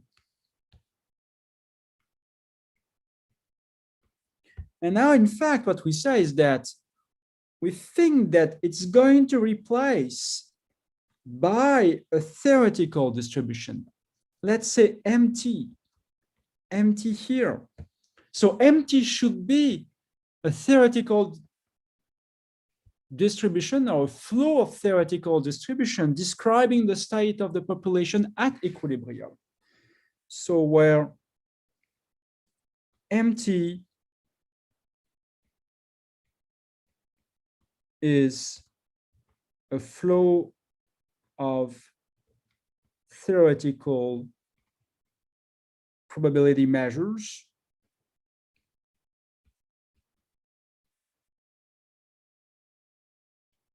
describing the equilibrium state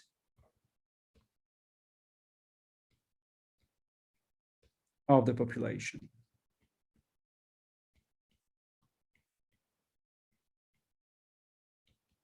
This is the conclusion I have, but I don't know exactly what is MT. So what I'm going to do is to do as follows. I'm going to say, well, at the end of the day, everything works as if I had one particle, let's say I, but I don't care about the label, evolving in a population that is described theoretically by the flow MT. And then what the particle wants to do is to minimize its own cost when the state of the population is statistically described by MT. When it changes this particle, there is no impact on the cost on the state of the population. There is no impact on the state of the population because n is formally equal to infinity. So if you change one player, there is no change in the shape of the empirical distribution. So the only thing that the guy wants to do is to optimize in the state of the population. And when he does so, or when she does so, we are going to say that this is an equilibrium for the population, MT, if the best response of the player is the state of the population itself. So this is exactly what we are going to do because we want to provide an intrinsic formulation for MT. So now the question is, provide an intrinsic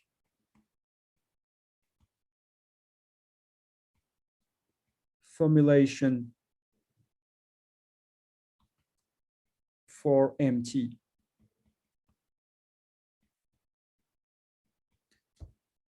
So now what I'm going to tell you is absolutely the rigorous definition of what I'm going to call an MFG equilibrium. So definition.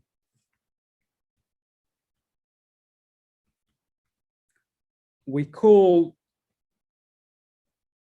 a Manfield game equilibrium a path MT with values in the space of probability measures over RD such that what? I'm sorry. Such that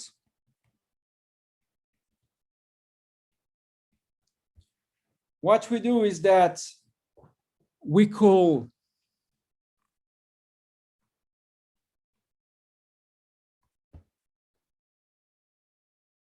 such that, let me rephrase this properly.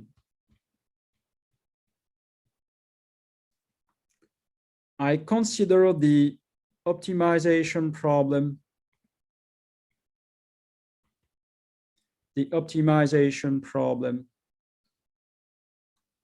So I have one tag player, dxt, with velocity alpha, noise dB. So this could be player I, but this could be any other player, with cost functional. And so X0 here has exactly M0 as distribution. So this is the initial condition. B is a Brownian motion as it was before. So this is a Brownian motion. X0 is the initial condition and this is independent. I'm sorry, both are independent here. With cost. So what is the cost? We replace the interaction with the others by the interaction with MT. So the cost is J alpha M. So you see that it depends on M. So that is really, really essential to say that this depends on M. And so I put the same as before, E of G of XT MT which is my environment standing for the state of the population.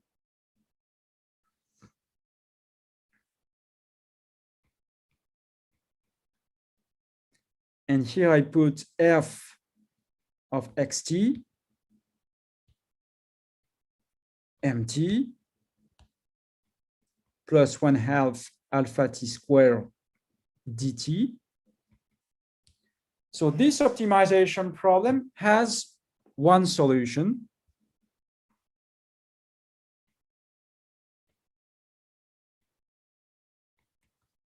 Let's say xt star t, so which is an optimal path. So this one is just to say once again that you have replaced the others by the theoretical distribution. And then you say, so here this is to say, I am freezing the environment, I am selfish, I'm optimizing my own state. And now I want to say, in fact, I should keep in mind that what is a Nash equilibrium? A Nash equilibrium is to say that there is no incentive to leave the compromise. Another way to say that is to say that the best response under the equilibrium is the equilibrium itself. So I must have that for any t, the law of xt star is mt itself. Because if you remember what was the equilibrium, it said, well, I should have that the best response when the others play the equilibrium strategy. This is the equilibrium strategy. So when I freeze the states of the others, somehow here the best response should be the theoretical law of the population itself, or the best response in law should fit the state of the population. So you get exactly this definition for an MFG equilibrium. So this is a path, once again, empty, such that you have a solution to this optimization problem. And next, you have that the law of this optimal path is the environment itself. So the law of the best response is the environment itself. So the conclusion, or in words, the law of the best response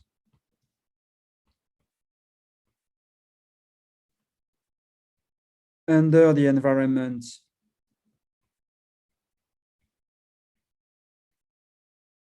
MT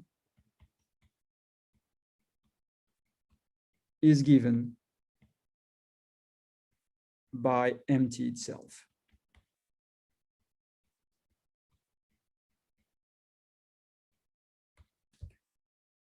Okay, so now the question is how to formulate this mathematically. Now we get that an equilibrium is characterized by a fixed point, but how to reformulate this fixed point mathematically so that this becomes tractable in terms of an equation. So what we say here is that an equilibrium, or an MFG equilibrium, is a fixed point. Once again, you identify the law of the optimizer with the environment itself. And so now, how to reformulate this fixed point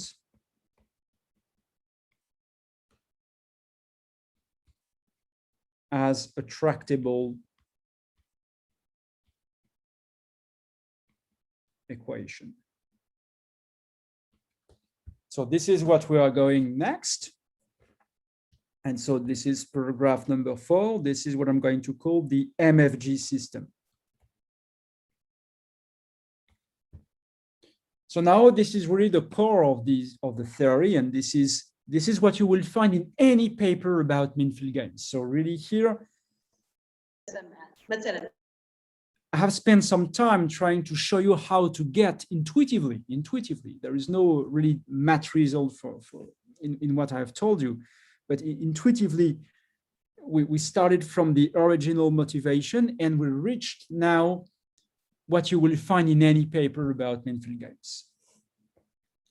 So there are several ways to formulate or to write down equations for the fixed points. And the first way, the first method, which is the original one,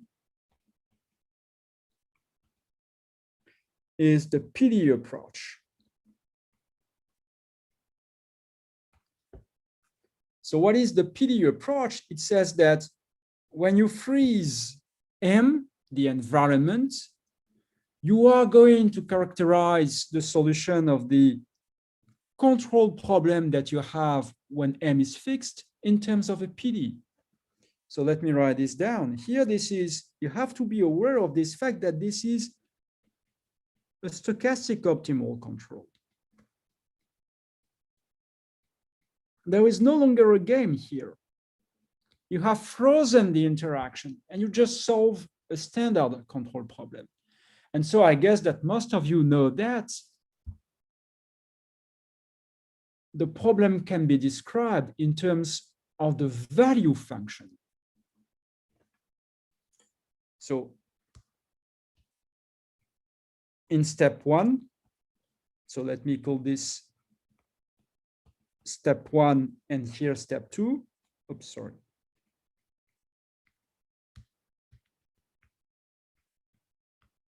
Step two.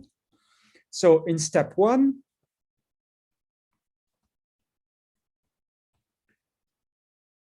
solve the control problem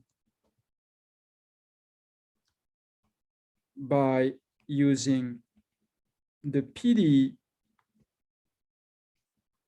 for the value function.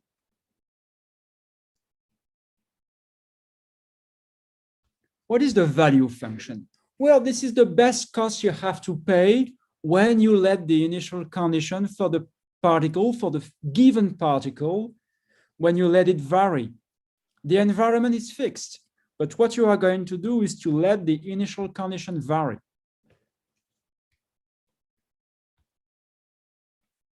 So freeze the environment.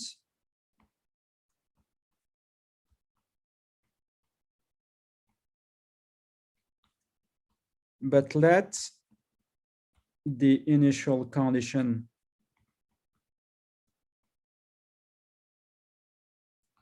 so the equation that you have here, this is one equation for one typical player in the population. Usually I call this the tagged player. This is somebody that you took up in the population, right? This is one anonymous agent in the population. And you just say, this is the guy I'm going to follow. So you freeze the environment, but you let the initial condition vary for the tagged player.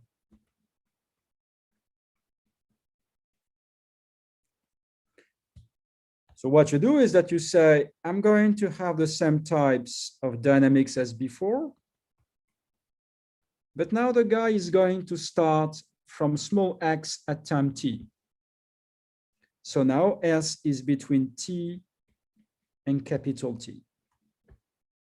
Okay, so this is the new, here you have the new initial condition.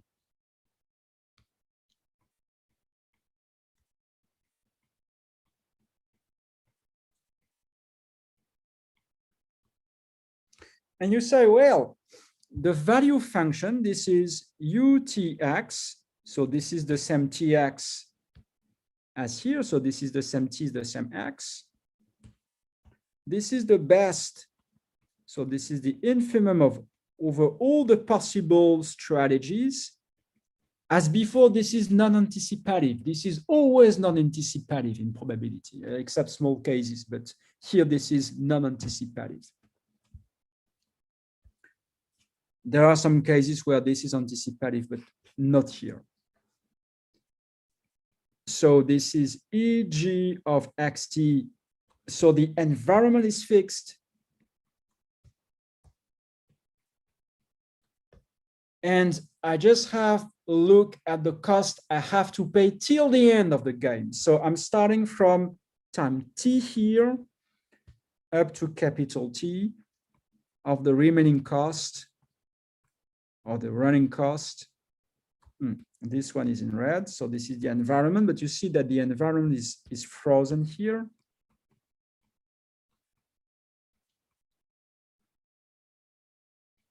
Okay, so this is really the cost from time t to the terminal time. And UTX, this is the best one. So this is the best cost or the minimal cost. And the good part is that we have a PDE for this. This is one of the basic results that you have for stochastic optimal control. And in fact, you have what we call a Hamilton-Jacobi-Bellman equation.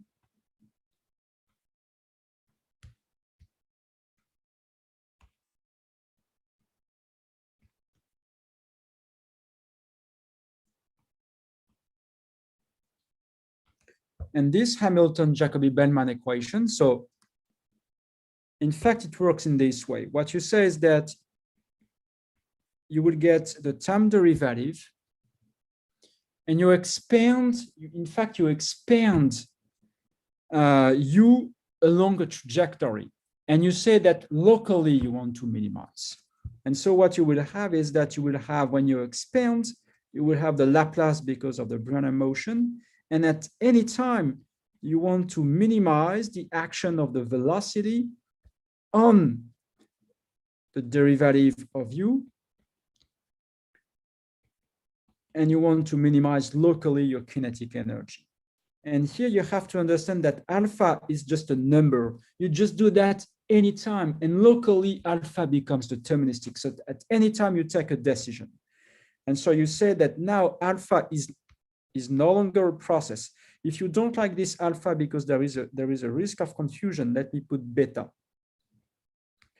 So let me call this beta here. So this is no longer a process. At any time, I minimize. And then I pay as well for the running cost, which depends on the state of the population. And this is equal to 0. And I have that at the terminal time, I have that this is equal to g of x and mt. This is the equation that you have, right? We can solve this equation. For instance, that there are classical solutions. If, let's say that f and g are bounded and smooth, let's say, for instance. By the way, there is a very nice transformation that is used to solve this kind of equation. You can use the Kohlhoff transformation to linearize this equation. When I say linearize, it comes from the fact that when you solve, I forgot one thing here. I'm sorry, I forgot one thing here. This one is okay. I forgot, no, this one is okay. I wanted to say, sorry. I wanted to say here that this guy here, when you minimize this guy, you get minus 1/2 dxutx squared. So this is a nonlinear equation. This is a nonlinear equation, but you can linearize by using this Kohlhoff transformation.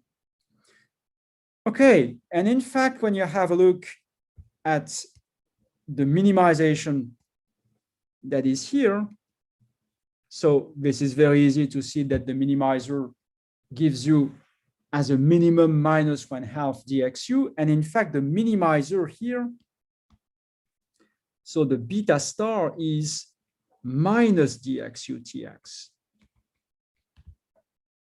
So it says that you have the optimal law. You have the law, or the law of the optimal trajectory. So we get as an optimal trajectory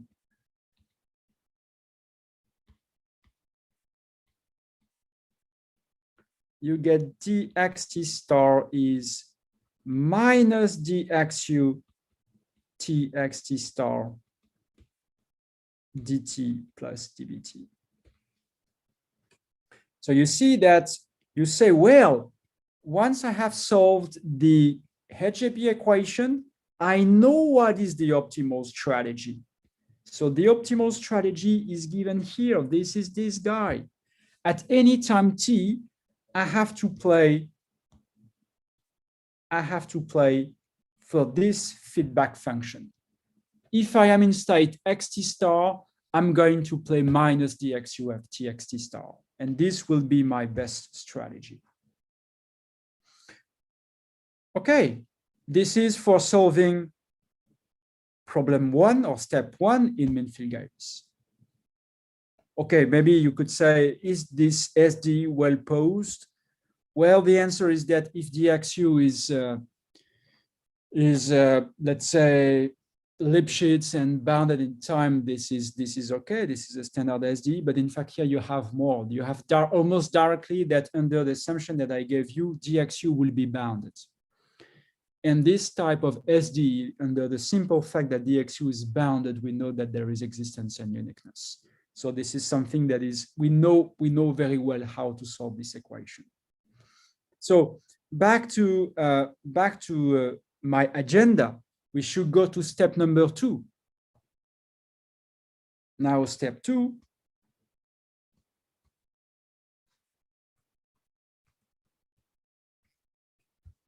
So we should identify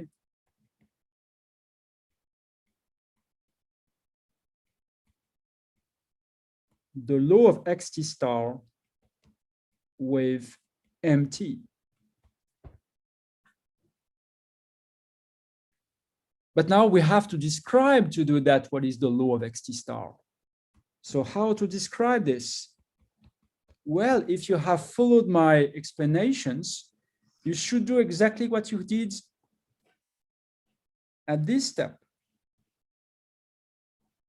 You are going to get a Fokker-Planck equation for the law of xt star. So we do the same, and this is the basis of the PD approach. So use a new Fokker-Planck equation.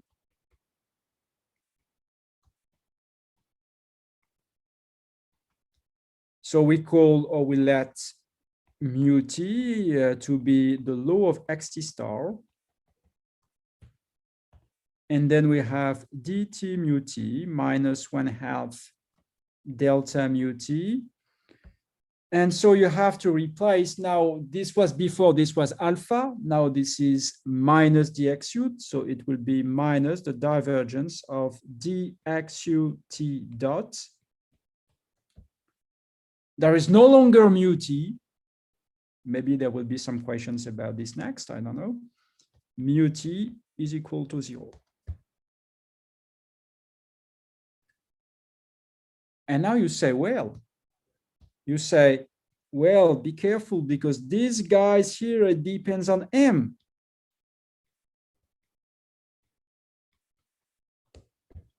That's the point. In fact, in this PD, in the HAB equation, it depends on M. So each time you see U, it depends on M. But at the end of the day, what you want to do is to identify M and mu. And now you let, or you set, or solving for the MFG is solving. So you just have to replace mu by M. And so now the Fokker-Planck equation is becoming an equation for M, because you want to say mu t has to be equal to mt. And so you will get this system, dt mt minus delta mt minus the divergence of dxut dot mt equal to 0. And the equation for u is dtut plus 1/2 delta ut minus 1/2 dxut squared plus F dot MT is equal to 0. And UT is equal to G of MT. That's what people call the MFG system.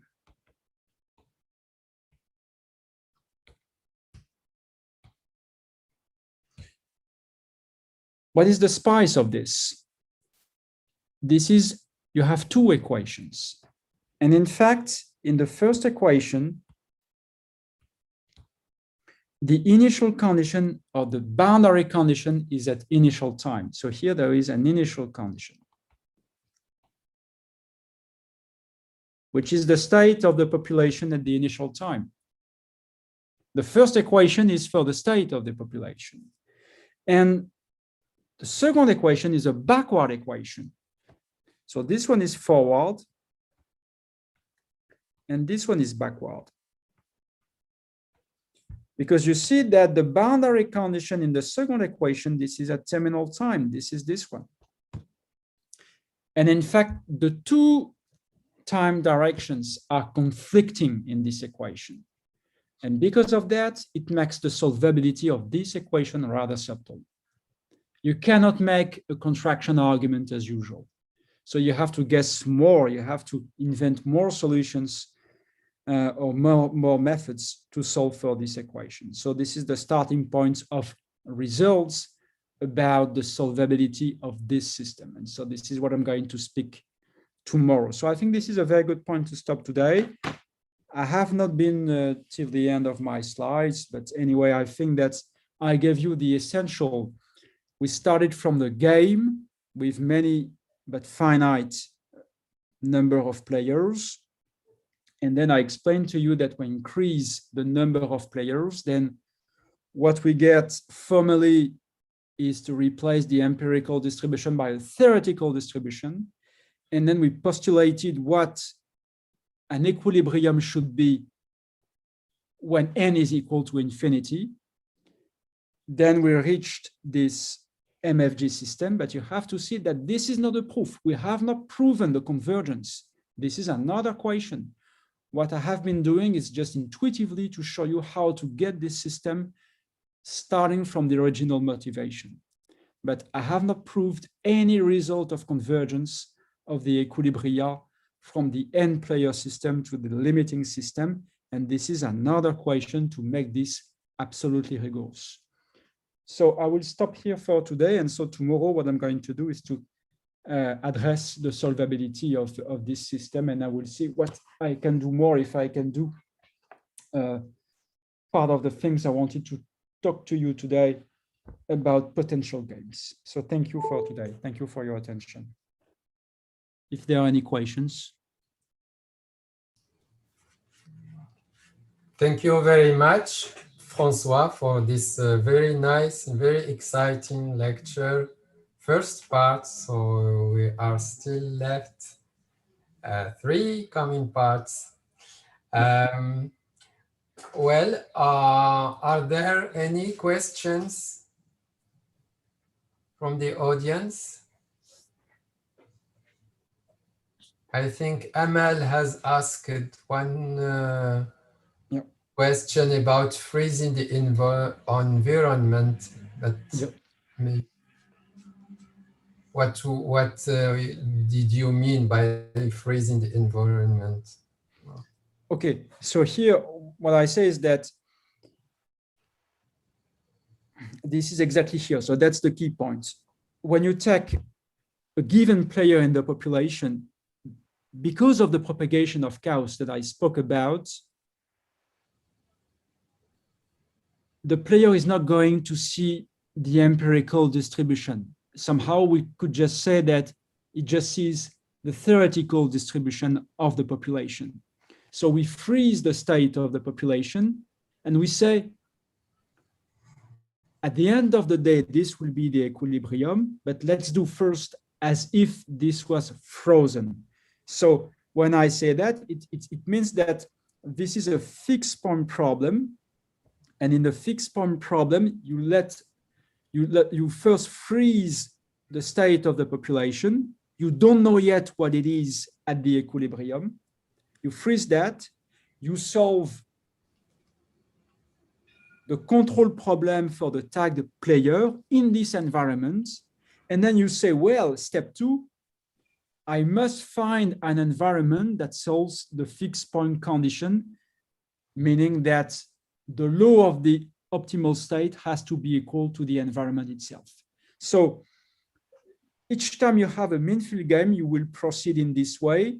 You first freeze the environment, the state of the population. You don't know yet what is the equilibrium state. You say this could be any MT. I solve the optimization problem given the state of the population, an arbitrary state. And then step 2, I identify the law of the best response with the environment itself. So when I say freezing the environment, it means that I don't know yet what the equilibrium is going to be. I take an arbitrary candidate and I just solve for the best response of the tag player in this environment. I don't know whether this is clear.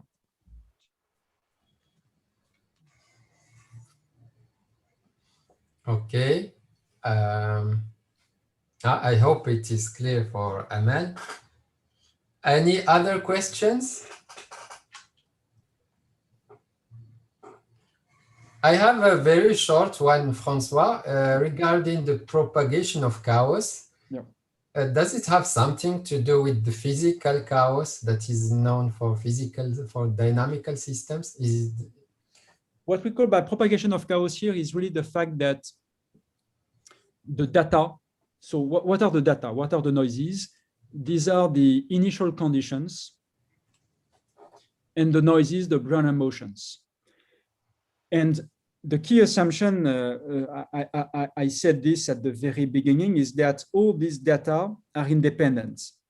So this is a form of chaoticity. And so when you have a finite number of players, the particles are coupled. But when n tends to infinity, you restore chaoticity in the sense that when n is equal to infinity, the particles become independent again. So you propagate chaoticity when you take the limit n tends to infinity, meaning that the chaoticity of the original data are propagated to the solution of the particle system.